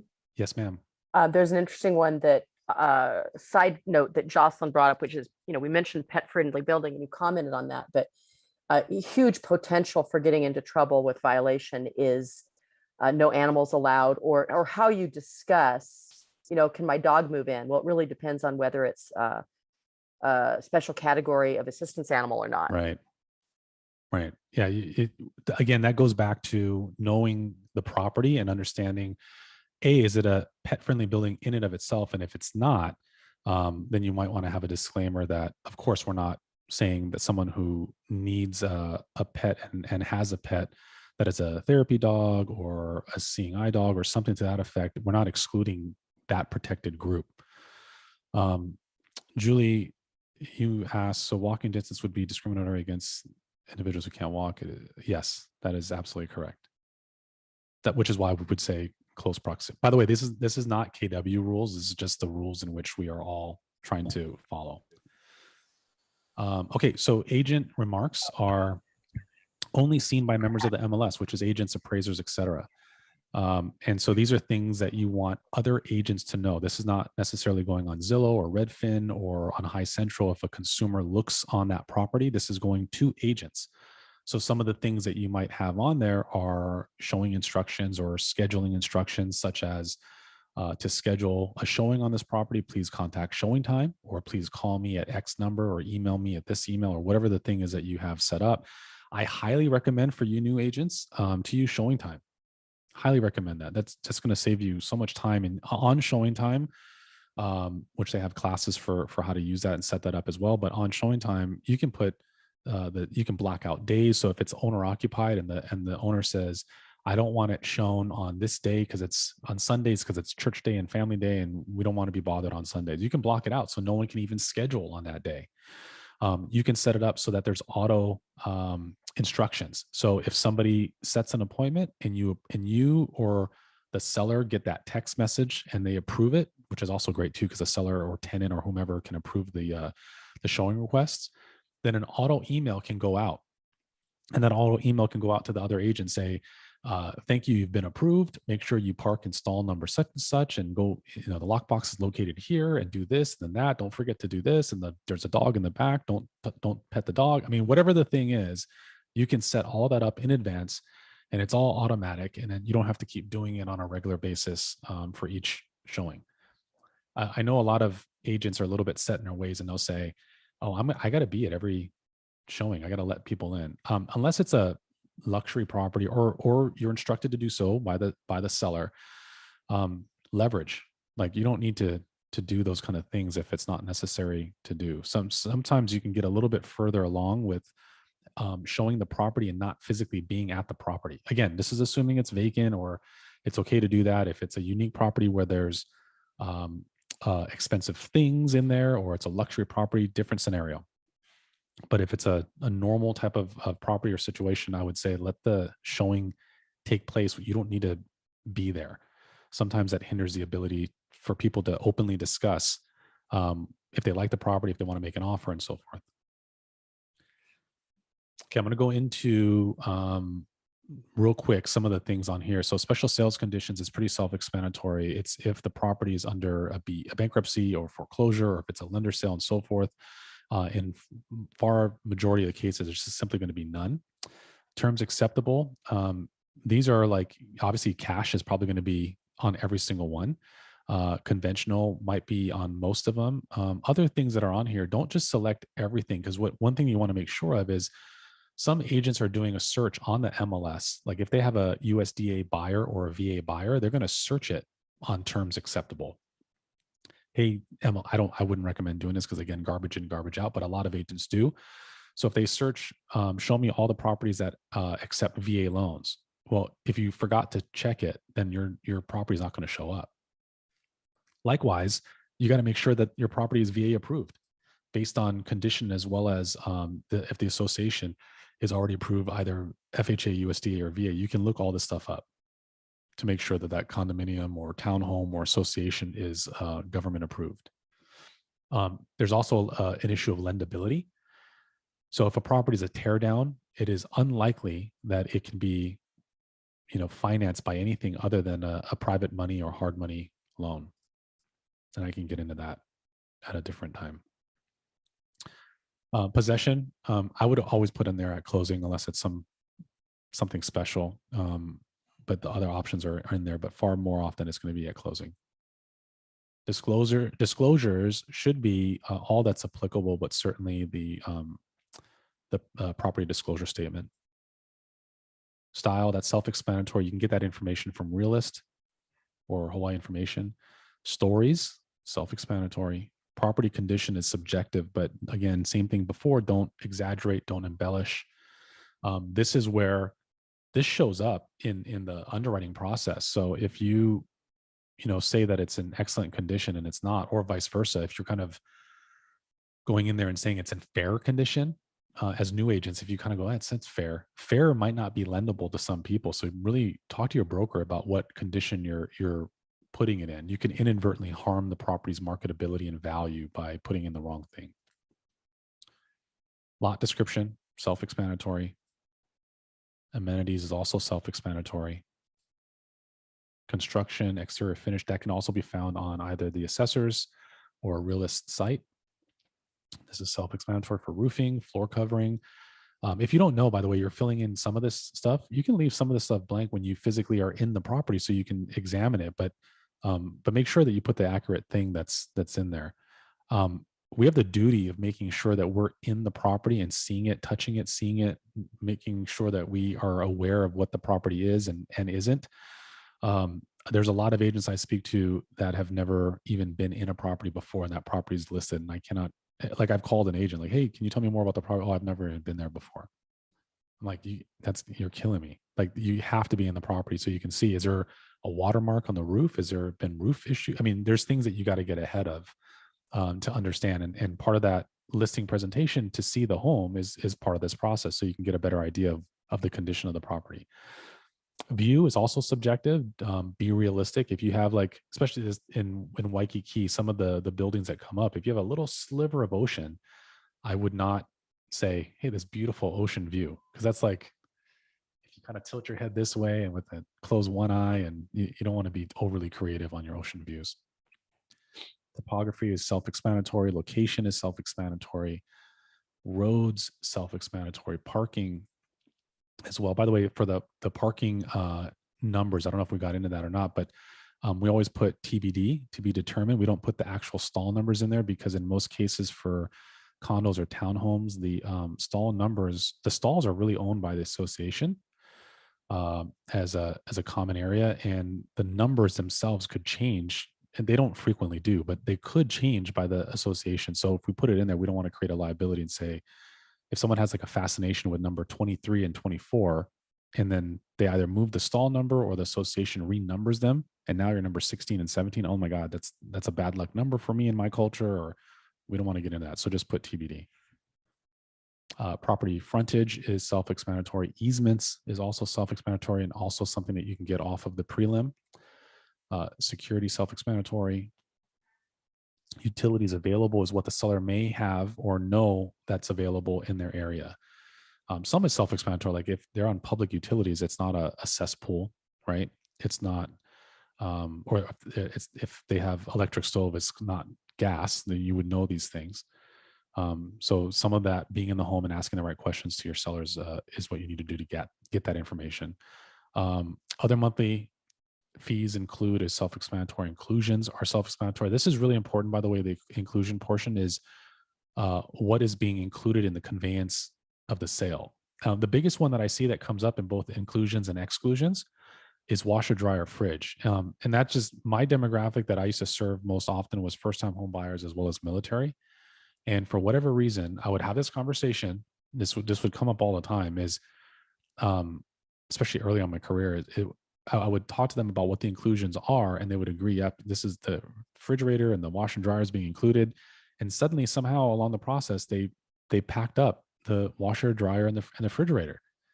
And so if it's planned on being excluded and not conveyed in the property, you got to have that conversation, because sometimes people think that it's not a fixture. It's not like attached to the wall, so therefore it doesn't count. This is what this portion is for. You're including it or you're excluding it. You can get into a whole cost and liability issue if you don't have it properly categorized. Pool is self-explanatory. Occupancy, self-explanatory. This shows up on the MLS. It doesn't show up on public sites. So some people think that if I put vacant, I got to put owner occupied so that no one breaks into the home. That doesn't show up like that, but they should still take their own precautions. I mean, if a property is vacant and they don't have any blinds or drapes or window coverings, and you can see right through it, the people on the outside are going to see that it's vacant regardless if it's vacant or not. Showing is what kind of notice the buyer's agent needs in order to show the property. So whether you're scheduling it yourself or whether you're scheduling it through showing time will take care of this stuff for you. So if you put on there 4 hours or a 30-minute minimum or whatever the thing is, showing time will take care of all the requirements. You plug it in one time and then off and running, and it's so much easier for you. If it is a tenant occupied property, you may want to plan and strategize for this. I would typically I would get permission from the property manager and the seller to have the tenant on there so that the tenant can approve the showings and make sure that they cannot make requests that are less than 48 hours so that we maintain that rule and that law. If the property is owner occupied, I always try to talk to the seller about considering and allowing showings within an 8-hour notice, or if they're at work, if we can go in anytime. Setback is self-explanatory. If you don't know, you can always put of record. This whole section here for new agents, we don't use that. So that's one less thing that you need to fill out. And on the bottom, we meaning the brokers or BIC sign, but the listing. So Tony and I were talking about, this is kind of a new thing. So we're going to say here from a compliance perspective, we would rather the listing agent initial in that little yellow box. Not us, not the broker, but you, the listing agent. And in our discussion, the thought process is you're the one that's at the property, seeing the property, filling out this form. We're not. So you should have some sort of signature, or in this case being an initial, to say that, yes, I confirm that this is the condition and this is the amenities and this is the inclusions and exclusions and so forth. So we went through a lot of stuff so far. We're almost to the finish line. We went through listing agreement. We went through MLS prop type. Here's all the, Marinda has a question. Yes, Marinda. Hey, Chad, on dual Hi. variable, Mhm. you're talking about the difference between the amount that's agreed upon for the whole commission, and then if we were to reduce our commission. So in that little box, what is listed? Say it's a 5% listing, but I agreed with my seller that I do it for 4% if I have the buyer. So is the difference supposed to be listed as 1, or should it be disclosed as 4%? Are you talking about, when you say disclose, are you talking about where it shows the co-op, Yes. so you're going to, that's not going to change. So I'm going to, let me give you this example, because I don't like the 4%. That's a terrible example. 4%. Mhm. Let's pretend that we're talking about 6%. So there's a 6%, and then and you're splitting it 3% each side, right? That's kind of the norm. Yep. But then you tell your seller, and so on your listing agreement, it's going to say 6% plus GET, and then on the bottom of that same page, it's going to say 3%, right? Yep. And then you'll have on there in the A10 special terms that the seller agrees that if the listing agent procures a buyer, that the total commissions will be reduced from 6% to 5% in this example. That's all that's listed in that agreement. It's in A10 by way of that verbiage. And then the dual variance is going to have the yes instead of a no, and then the percentage sign. That's all that's going to happen. You're not going to change the 2.5% on the MLS side at all. Or Got sorry, it. the So 3%. 3%. So in there, I feel like there's a little puka that says dual variable, yes. And then if you're doing it, what's the amount? You don't And need to then put that an shows amount. up It's on just the asking There MLS. is not. what it's asking is Okay. how it's being calculated. If it's being calculated by a dollar or by a percentage. So in this example, we're talking about a percentage. So you would just put the Oh. percent sign. You would put Oh, yes okay. and percent sign. That And answers that's my all question. that's needed. Yeah. I was thinking it was supposed to be an amount there. Thanks for No. clarifying. Yep. No problem. Okay. Okay. So see these 4 documents here: KW Standard Addendum, COVID, dual agency, first Hawaii title. These are the documents. So real briefly, KW Standard Addendum should go on everything, whether you're writing a purchase contract. In this case, you're taking a listing. Our Standard Addendum is very benign, meaning it doesn't alter the contract. It doesn't change rights. It doesn't remove or add contingencies. It's just disclosure based. It's saying, make sure, buyer, that you know that you should do your due diligence and you should do an inspection. Make sure that you review all the permits and the prelim, and you do a termite inspection and so forth. It's pretty benign. Then we have dual agency, we have COVID addendum, we have first Hawaii title, ABA, and a lot of agents will say, if I'm taking a listing, why do I need these other documents? How do I know if it's dual agency? And if it's first Hawaii title, I'm not using first Hawaii title. I'm using first American title, for instance. These are all disclosure based. So the dual agency, the reason we included that on here is because if you notice on the exclusive right to sell agreement, the section for dual agency is so small. It's a blurb that just basically says, yes, they agree to dual agency, or no, they don't agree to dual agency. That's it. It's very, very small. And Tony and I feel that that's not enough information for a seller to really look over what their rights and obligations are, what our obligations are.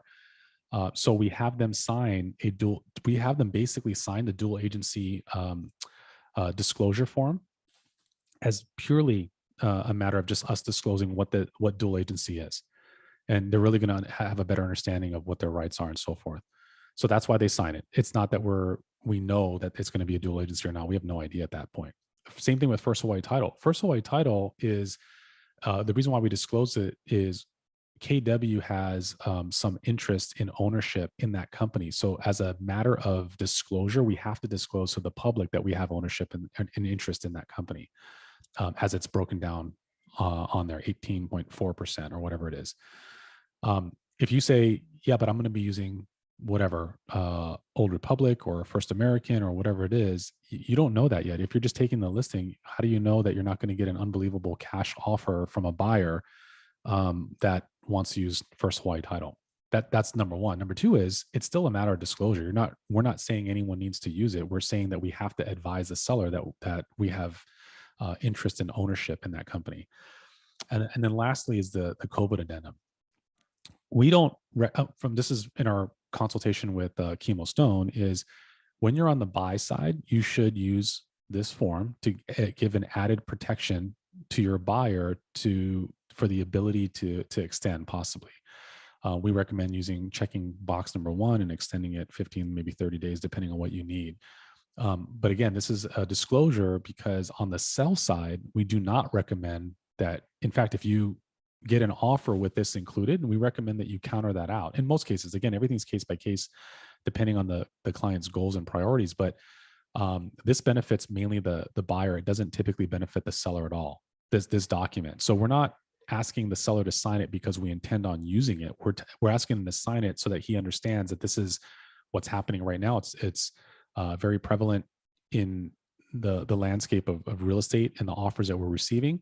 But explain to them that if you receive an offer like this, in most circumstances, you're going to try to or attempt to counter it out. Miranda, did you have another question, or was that your hand up from before?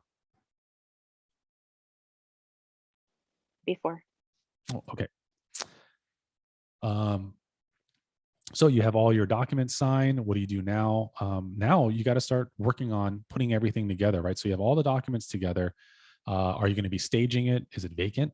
By the way, if you're staging it, you have options, right? You can do traditional staging, or you can do virtual staging, which is what I've kind of gone towards the last couple of years. And virtual staging is absolutely phenomenal. I mean, I don't even do regular staging at all anymore. Again, it depends on your client, their expectations. Is it luxury? Is it not? All those things come into play in terms of making that decision. So you should also know what the norm is for your price point and the areas. But virtual staging can save you a ton of money, ton of hassle as well. The photos that you're taking, hire a professional photographer. Please don't. We're not that firm that allows you to do iPhone photos with your thumb in half of the photo with you sticking out. You're in the mirror when you're taking the bathroom photo. Don't do that. Have a professional photographer do it. I have a handful of them that I use, and you can ask some of our other agents and colleagues who they use. Do you need a 3D tour? These are the things that you got to ask your photographer too, because some photographers will do all those things and drone photos. Some don't do that. So you got to understand what it is you're looking for and properly schedule some of these things. You're going to be doing open houses, any social media stuff, circle prospecting. You're going to do e-blast your sphere of influence, escrow e-blasts. I don't know if you guys know what that is for new agents, but I put on the right, as you can see, there's a ton of different classes that I thought is relevant to this, which is all upcoming from High Central. And I think some of them are free. And to Kim's question, there's at least 2 of them that have CE credit on there as well. So I'm always huge on learning and being better and being more efficient about what I do. So some of these things might help you with that. So open house is always a good idea, but you got to talk to your seller about that. Are they open to that? Are they going to be available to do that? Will they have the properties cleaned and ready? Ideally, you're going to want to have maybe a week and a half advance notice on whether you're going to do an open house, because you want to be able to market it. You want to be able to do something called circle prospecting, which is when you contact or visit properties neighboring that property and let them know that you have an open house that's upcoming and you'd love to invite them, or all that kind of stuff. There's a whole series that we do on circle prospecting. You can do e-blast to escrow. So escrow will do this for free. So if you are a brand new agent, create a relationship with an escrow officer or escrow company. If you need some help with that, let me know and I'll point you in the right direction. But they'll do an e-blast for free. And if their database of agents consists typically of 2,000 or 3,000 agents on island, they'll do an e-blast for you for free to market your open house or market a new listing, or market a price reduction or whatever it is that you're looking to do. But you should absolutely lean in heavily to marketing. Don't be that agent that just puts a sign out front, puts it on the MLS, and then hopes that you get just a ton of offers. This kind of market where it's a hot seller's market can sometimes create bad habits in good agents. A good agent needs to actively market and sell that property. And one of the theories that I've always had is, even if I've gone into escrow, I still market it. I still market it to the day I close. So, and the reason is I want to have a backup and a backup to the backup and so on and so forth. So you're live on the MLS. You can either choose it going coming soon. You can choose it being active. Coming soon has a maximum of 30 days and then it automatically is withdrawn unless you convert it to an active listing. Why would you want to go coming soon versus active? Maybe the property's not entirely ready. Maybe you took exterior photos, but they're doing some renovations or updating, or maybe they're in the process of moving out. So they're not, the property itself is not vacant and readily available to show. So you go coming soon. And what coming soon allows you to do is by placing it either in coming soon or active status, you can then put a sign out front on the property. You can market it on social media. You can do e-blasts and so forth. But if the property is not on coming soon or not on active, you can't do any of those things. You don't have the right per the MLS to market and disseminate this information. So it's really important to understand that.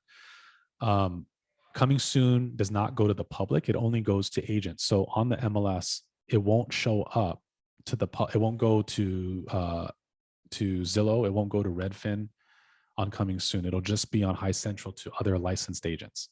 Whereas active will go to everyone. There's that IDX push that goes out. You'll have the agreement, fully executed agreement. Fully executed means that the seller has signed it as well as the BIC, as well as per our new policy, you have initialed it, right? And so it's fully executed. You have to do something within 4 days.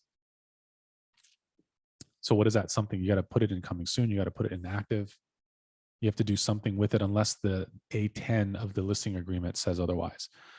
Upload it to the MLS. We have a service that we're developing, so it should be out probably in the next couple of weeks where we can help you with all the uploads, listing packets. And Tony's working on helping to organize the listing presentation side of it. And we're also having upload to MLS side of it and contract writing side of it. It's amazing. So we're going to have some great services to help you guys leverage a little bit.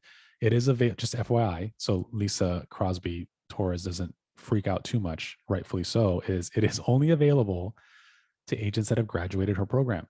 So if you are in coaching, some of these leverage services will be available when you graduate, but we need to really show you how these things work and why it's important first before we start leveraging and offloading this, right, Lisa? I see you unmuting yourself. Yeah, and but the bigger thing is I'm getting some text messages on the side because I require that listing paperwork be signed before it's given to the seller, because if you're new, you can make huge mistakes that then you have to go back to your seller. So we want it. There may be cases where I tell you, if I'm your BIC, it's fine, go get it signed and then I'll sign after, but I want to pre-approve it just to make sure there's no mistakes. Yeah. So could you clarify that piece? Because I'm getting some texts on that about the timing of the BIC signing on a listing and on a property data. Yeah. So that's up to the BIC itself. So if you're in the coaching program with Lisa, follow her lead or follow whoever your coach's lead is. And that's the rules and parameters that she sets, and rightfully so. That's totally understandable. But if you're a more experienced agent, you can send me or Tony the listing agreement if we're comfortable with you doing so, signed by the seller. We'll review it and sign it afterwards. It's newer agents are a little bit different. We just want to make sure that you understand what you're putting in there and what everything means, and maybe you have some pertinent data that's missing. That's the reason why. So Lisa's 100% right in that. Since I'm with Jerry, that doesn't really apply, right? Because everything goes through the team. Yeah, your team leader, in this case being Jerry, will help you with all that. Okay. Yeah. As Jerry's calling me right now, which he should be, I'm going to text him right now. Why aren't you in this Zoom right now? He called me Chad, too. Hey, Chad. So Yes. clarifying too, it runs through your team, but if you're still in coaching, Is Kim? Well, so I will say this is if you do listings and you're on a team, you still have to go through your coach and your BIC's rules. However, many rainmakers or many team leaders on a team, they meaning the rainmaker is the one that controls the listings. So that's why it probably wouldn't show up in coaching. If you are on a team that allows you to do listings, then absolutely follow the guideline of your BIC, your coach. So as an example, Kim, I'm just making this up. This is an example. Kim, if you're in coaching and Lisa's your coach, she is your supervisor. She's the one that's going to give you direction as to what to or not to do and how the format looks like and so forth. If however if you're a buyer's agent and that's all you're focusing on is buy side, and Jerry's on the list side, Jerry would deal with whoever his broker or BIC is. That makes sense. So on this, one of the things that if you get nothing else from the listing side, if you're already doing active listings, please use this. This is something that I've been using for years. This is just a template. I can send you this template. Absolutely send out on a weekly basis a weekly report to your sellers. And here's the reason why is in a hot market, it's kind of meaningless, meaning that properties sometimes get offers so quickly and so many of them, and everyone's competing with one another and so forth. But as listing agents, as realtors, like I mentioned before, as a hot market can give good agents create bad habits. When the market softens or starts to slow down, which it did prior to the whole COVID boom kind of thing, it started to slow down a little bit. And when it did, a lot of sellers will think, hey, what is my agent doing? It's been on the market for 15 days. I haven't heard a thing. I don't have any showings. I don't have any offers. And I don't know why, but sellers automatically think that you as a real estate agent is sitting on the beach, sipping margaritas, not working, not doing anything at all. They have no clue what's happening behind the scenes. By the way, I think some of you absolutely are doing that. But nonetheless, we want to send out a weekly report. So I created this report. That photo in the background, you can take a photo of the property and put that in the background, have a custom report on there, put the days of when this report is reflective. The things that I put on that report is the listing date, what that current price is. This report, the snapshot that you see on there is coming from showing time. So all the requests that we get of showings through showing time, that's the other reason why I like to use showing time, because it's just a report that you can just auto populate and download here. So I put that information in there so they can see on a weekly basis all the things. It looks like all the things that you're doing. It is all the things that you're doing, right? Then there's feedback. I always tell the seller in a listing presentation too, it doesn't matter what I think about the property. It doesn't matter also what really you think about the property. It comes down to if we're opening the property up to the public, it matters really what the market says that they're willing to pay and some of the feedback. And I share this with them for sake of feedback. It can come by way of open house, or in this case, it can come by the feedback report from showing time. And I share that with them. And this is super helpful if everyone says not interested, not interested, not interested because the price is too high. It's not you saying the price is high. It's the market saying the price is high.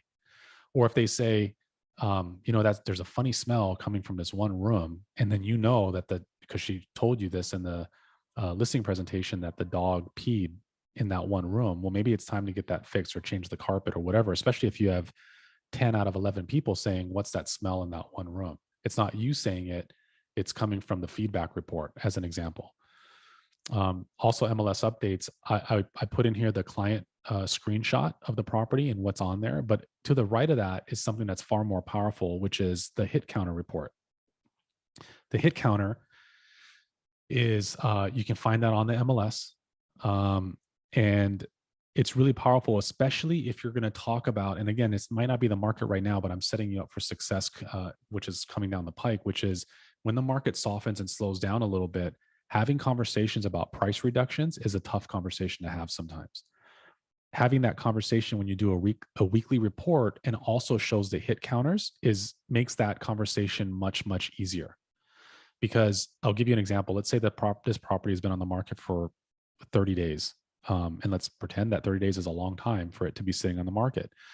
If we're looking at client portals and it says 100 and then amount of views is 80, and you're kind of comparing it to other properties and it seems like that's really low, well, then a couple of things are happening. Either the photos aren't good, or more than likely the property is priced too high. But when you lower the price, those numbers should change. And so that's how you can kind of really fine tune that sweet spot of the right exposure.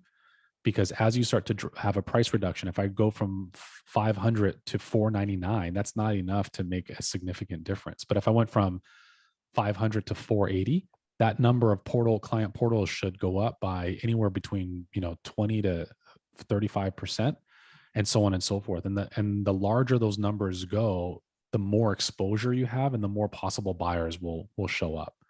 So that conversation or these reports help lead to a successful conversation. Yes, Kim. So if you do a price reduction, do you have to fill out that listing price form again, or? That's a great question. You would just use an MLS change form. There's a document called the MLS change form. It's found in Zipforms, and you can make changes to what's showing up on the MLS. Sometimes it's just a simple price change. Sometimes it's wording. Sometimes it's you're maybe resetting and removing it from the market. You're going to go back on market in a month from now, whatever the case is. So in most cases, the MLS change form can accomplish that. But there are some exceptions where you might need an amendment to the listing agreement, or sometimes you might need a brand new agreement. So it kind of depends. For that question with regards to price, though, it's just the MLS change form. I have one more. Mhm. So what if your strategy is to price it lower so you get more people coming through and a lot of, but you're basically trying to market it better by pricing it slightly lower compared to another place, so you get more people interested? How does that affect the listing price then? So this is a tricky conversation. The way that I would answer it, and I would love for Lisa and or Tony to give their thoughts too, because we have so much experienced brokers with us. But here, my 2 cents is, I'm not opposed to that kind of marketing. I don't do that kind of marketing myself. The reason why is I have that conversation with the seller, and I explain to them. I'll give you an example. If the seller says, hey, I think my home is worth 800, and I pull up comps and I go, yeah, I would agree that it's probably worth about 800. Where do you want to price it at? If my client was okay with selling or listing it at 700, which is clearly priced under market value with the intention of having more exposure, with the possibility of having, more offers competing with one another, it is our duty and our obligation to also explain the risks. Okay, Mr. Seller, I totally understand. And that has been a successful strategy for many years for many agents. However, I do have to warn you of one thing. What if we list it at 700 and we have one offer at 700? Are you willing to accept that? Or are we going to pass on that offer? Or how would you, because I want to get them thinking as to what that looks like if there's egg on our face, if it doesn't work out as planned. But there are teams and agents with us that use that method to a high success. So, and then that's okay, so long as you're explaining what that risk looks like if you market it in that way. Lisa or Tony, what do you guys think? Do you guys market it like that, or do you have any feelings for or against it? Tony, you want to go first, or you want me to? I just normally, tell the seller that, if you price it at current market or a little bit below, you would generate a lot more activity. But I would recommend doing like a 20 or 30% price reduction right off the bat, because then you, like you said, you would only get one offer and you kind of stuck with that price.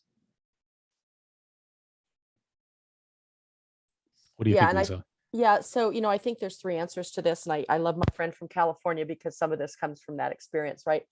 We've seen agents that grossly underprice to try to get like 100 offers. That's a strategy that happened in California. And I'm going to throw that out because I think that's just a stupid strategy. I think it's a violation of the code of ethics. I think it's a violation of a lot of things. And it's just not a smart strategy. You've got to be, if you're going to underprice a little bit, you still have to be in the price band where your target market is searching.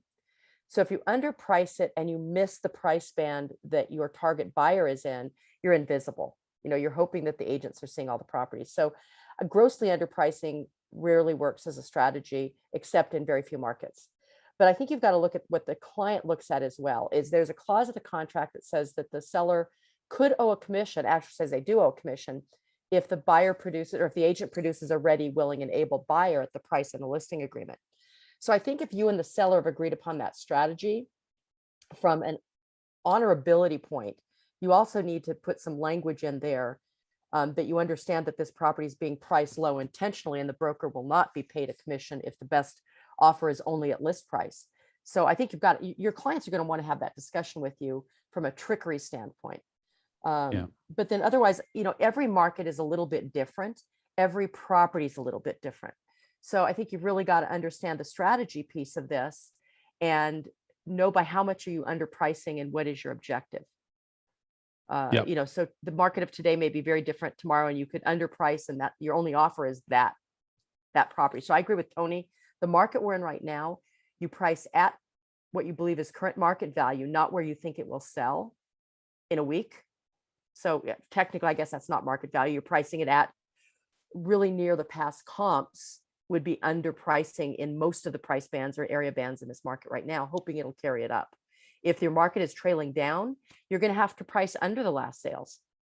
And we may end up in that market at some point. We will end up in that market at some point in the future. It's just when that happens. When the market softens, there's a term that we typically will use is pricing ahead of the market. So at the end of the day, you have to be an expert and really know what's going on in your marketplace. But the theme that both Lisa, Tony, and I keep reiterating is we have to understand what the client's goals and priorities are as well.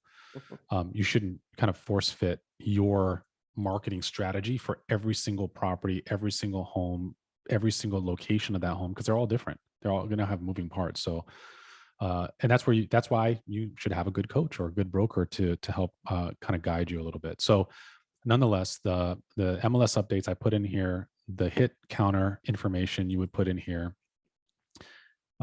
advertise a property. So if you're doing Facebook ads or Instagram ads or anything else that you want to do, this happens to be the paid ads. And I just use this as an example, but this helps to show that you're trying to expose the property for them and have as many eyeballs on the property as possible. So I would do a screenshot of what that ad looks like, showing it on Facebook. And then to the right of that, which is great because it gives you this information instantly, which is the impressions, the clicks, and the leads that have come through as of that. So as a result of those leads or those advertisements that you did, the beauty behind it is you also get those leads. So if you're the one that ran those ads, you now have potential buyers that you can go after as well for this property or for any other property. But I think that from a seller's perspective, if I see that you're advertising and you're spending money, they don't know what you spent. That actually this is very nominal cost.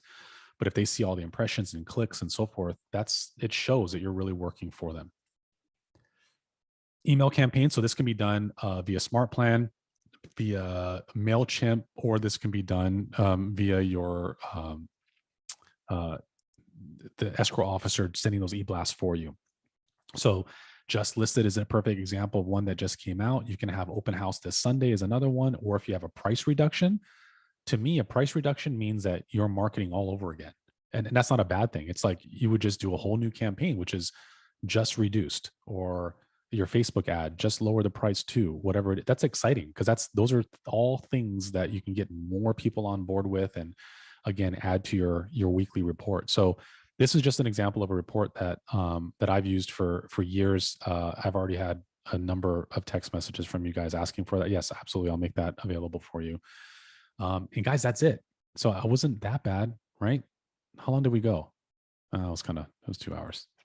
Well, I tried to make it as short as possible. Any questions that you guys have for me, for Lisa, for Tony, feel free to ask. Let me know. Any ahas, any takeaways, anything that we should cover next time that we didn't cover this time? Nothing at all? Hi, Chad, it's Jocelyn. Hi. I have a question. Sure. What do you do with objections to dual agency when they don't want to agree to dual agency? Do they, is there a specific thing that they said they didn't want because of dual agency as a result of dual agency? That's still unclear at this time. Chad, let me add in a little insight. This is a beneficiary. It's a probate sale, and we have a professional entity handling the seller side, and that's part of their requirement, and they're from the state of Washington. That's a requirement not to have dual agency? It's a requirement of their addendum to a listing contract. It's how they deal with all of their probate sales.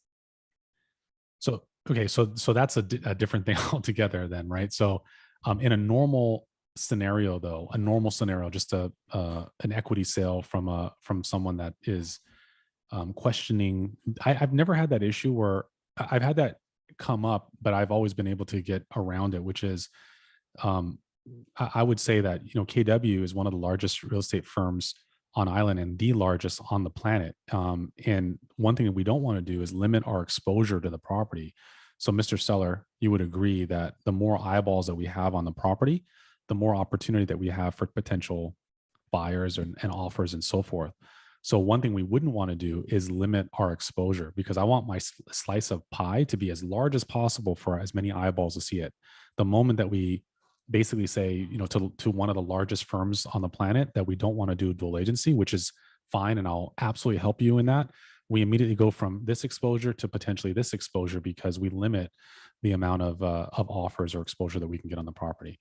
And then I specifically go through what the dual agency really means, because in many cases, they may not know what that looks like. So then I start to explain things like, for me personally, I've only done, maybe 2 or 3 dual agency in my career whereby I represented both the buyer and seller.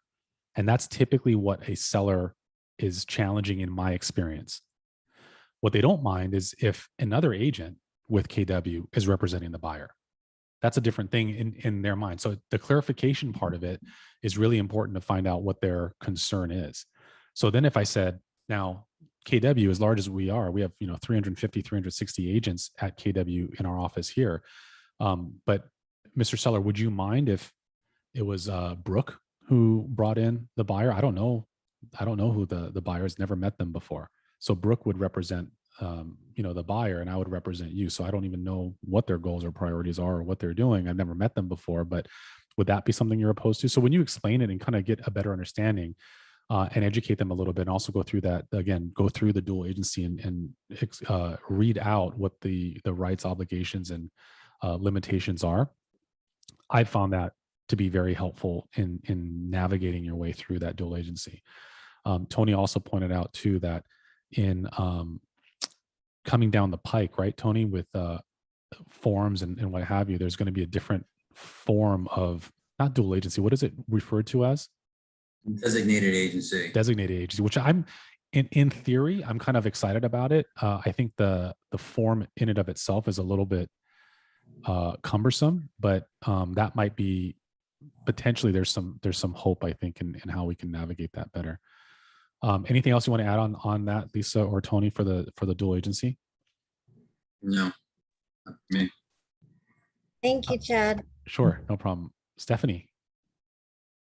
Hey, you guys may not know this, but going back to the HARPTA tax, is the 8 whatever percent held, and it may not necessarily be that much? That's just what's held, and then it's figured out later as far as how much you actually get taxed? Yes, it's not a fee or a tax. It's deemed as a withholding. So in my experience, I've seen it all over the place, whereby it's withheld and then some of it is released. I've seen, none of it released. Then it comes down to the individual and their conversation that they're going to be having directly with the Department of Taxation. But what you can't get around easily, at least, is the actual withholding. The initial withholding is 8.25% of the total amount.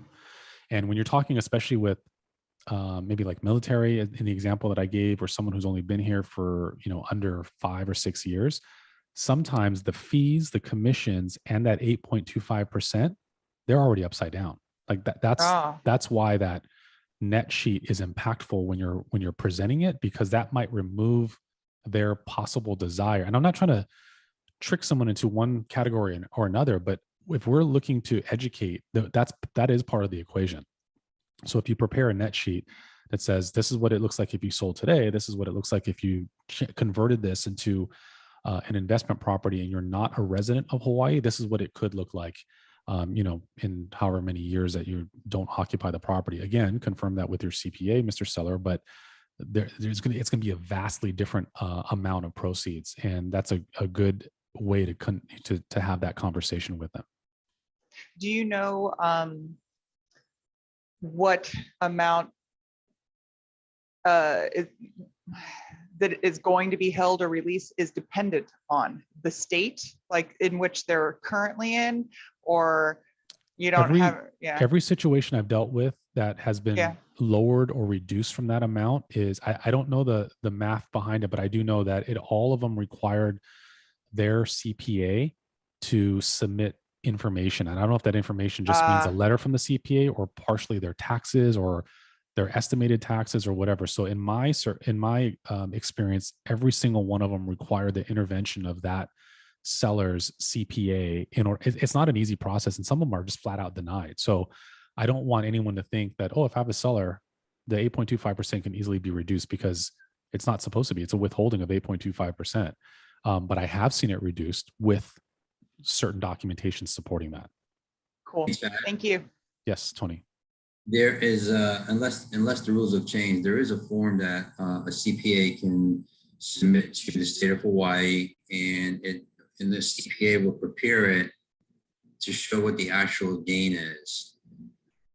In most cases, what the actual gain is will be paid to the state at closing, forego the withholding. And if there's anything that's owed, or owed to the seller or owed to the state, that will be taken care of when the seller goes into the positive taxes.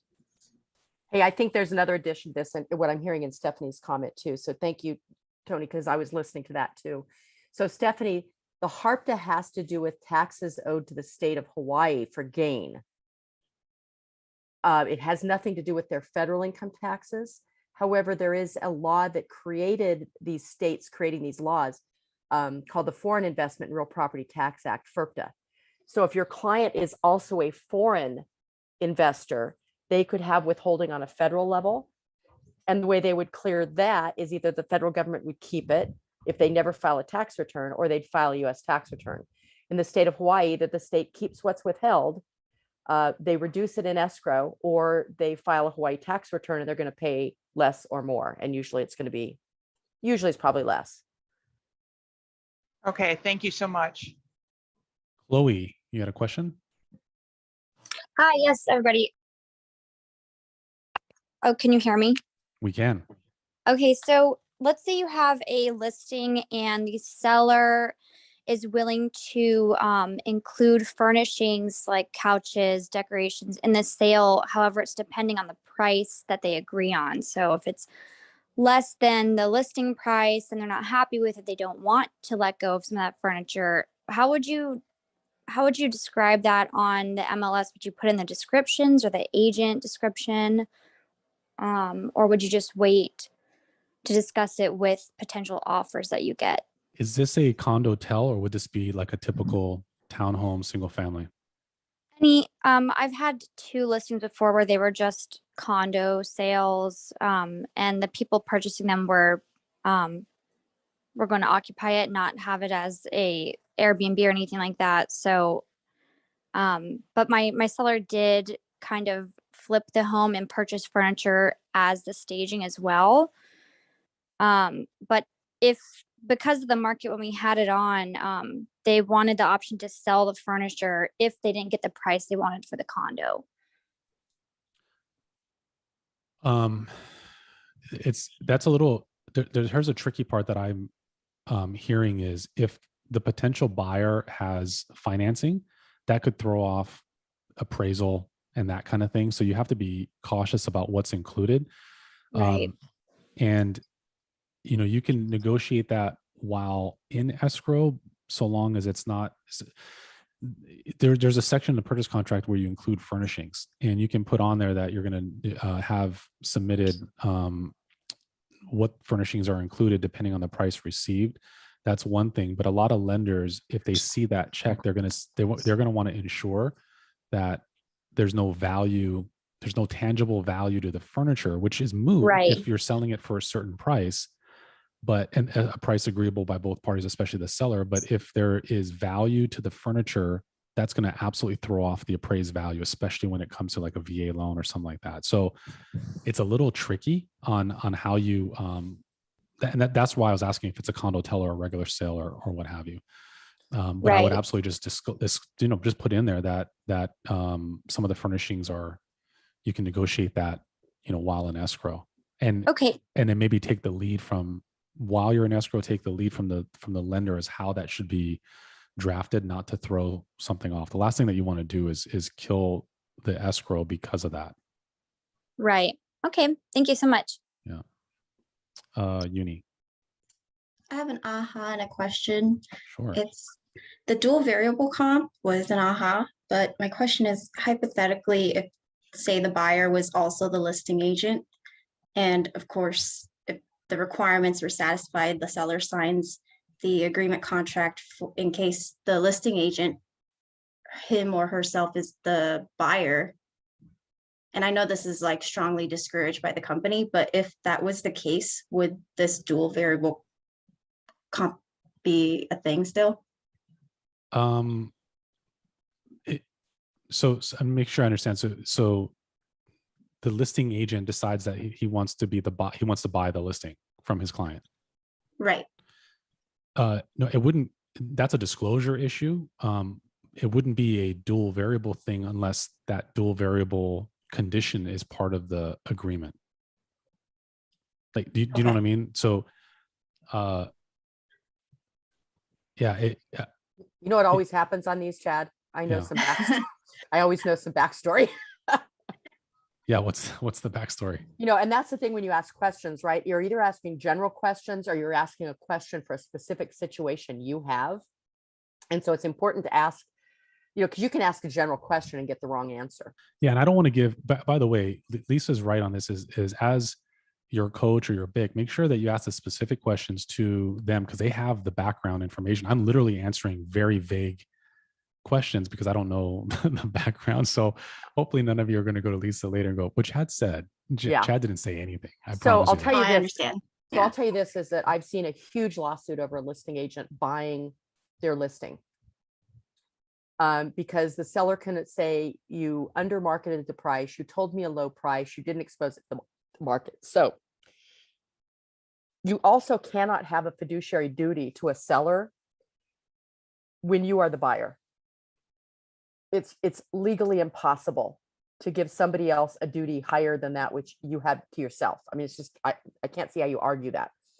So you would have to buy it in a different legal status. We'd want to make sure that our principal broker is involved if it's one of our agents. But let's go to the bigger picture. If you are the listing agent on a property, we really want to make sure that you're advising the seller that they should expose the property to the market first before you make an offer on the property. Otherwise, you need to assert to them that, hey, I'm not acting as an agent here. I'm acting as a buyer and I don't have a fiduciary responsibility to you, because now our duties are in conflict with one another. So really, you have to look at the facts of the situation. I think you're in a very safe position if you put the property on the market. It's been out there for 30 or 40 days, and that time frame is longer than the average DOM. And then you come back to the seller and say, hey, look, it's not selling, and I know you really want to get it sold. I will buy it from you for this. But if you're trying to buy it before it ever goes to market, you have some potential concerns here. And Tony, now that may cause you to chime in, or Chad. No, that makes sense. I agree. No, I agree with you, Lisa. All right, guys. Any other questions or comments or anything? Anyone? All right. Thank you so much for taking the morning and spending time with me. Matt Wong, he has a link that I think he's thrown in there a couple of times. Matt, I'll ask you to do it one more time. I see his post on there. Donate, maybe volunteer, maybe just write on the Kudo board. I think you can do a video. I'm going to do a video for you later, Yes. Maddie. Yes, please. So yeah, I'm going to go ahead and drop this link again. It is to the Kudo board to send our aloha and mahalos to our healthcare workers at Queens West Medical Center. Really right now, no donations needed at this time. It's really just sending the aloha to them and just kind of uplifting their spirits during these really, really tough times. So please, please, please just take a quick moment to go ahead and write on that Kudo board. Again, for some reason I can't type on this, but I'm going to go ahead and drop this link, and then Chad, if we can go ahead and figure out how to disseminate this through our the internet and all that stuff, we can do that too eventually. Yeah, we sure will. Yes. Don't. I tried to copy your link and it copied this Zoom link, so I apologize for that. Just for some use reason I his. can't copy links But either, I'll so. send out the slides. I'll send out the weekly report as well as this link to Maddie's cause as well. And guys, love your feedback. Let me know if it's a good class, if we should add things to it, change things around. We just want to make sure we add value to you guys. So thank you so much for joining. Have a wonderful rest of your day. Talk to you guys later. Thank you guys. Have a great day.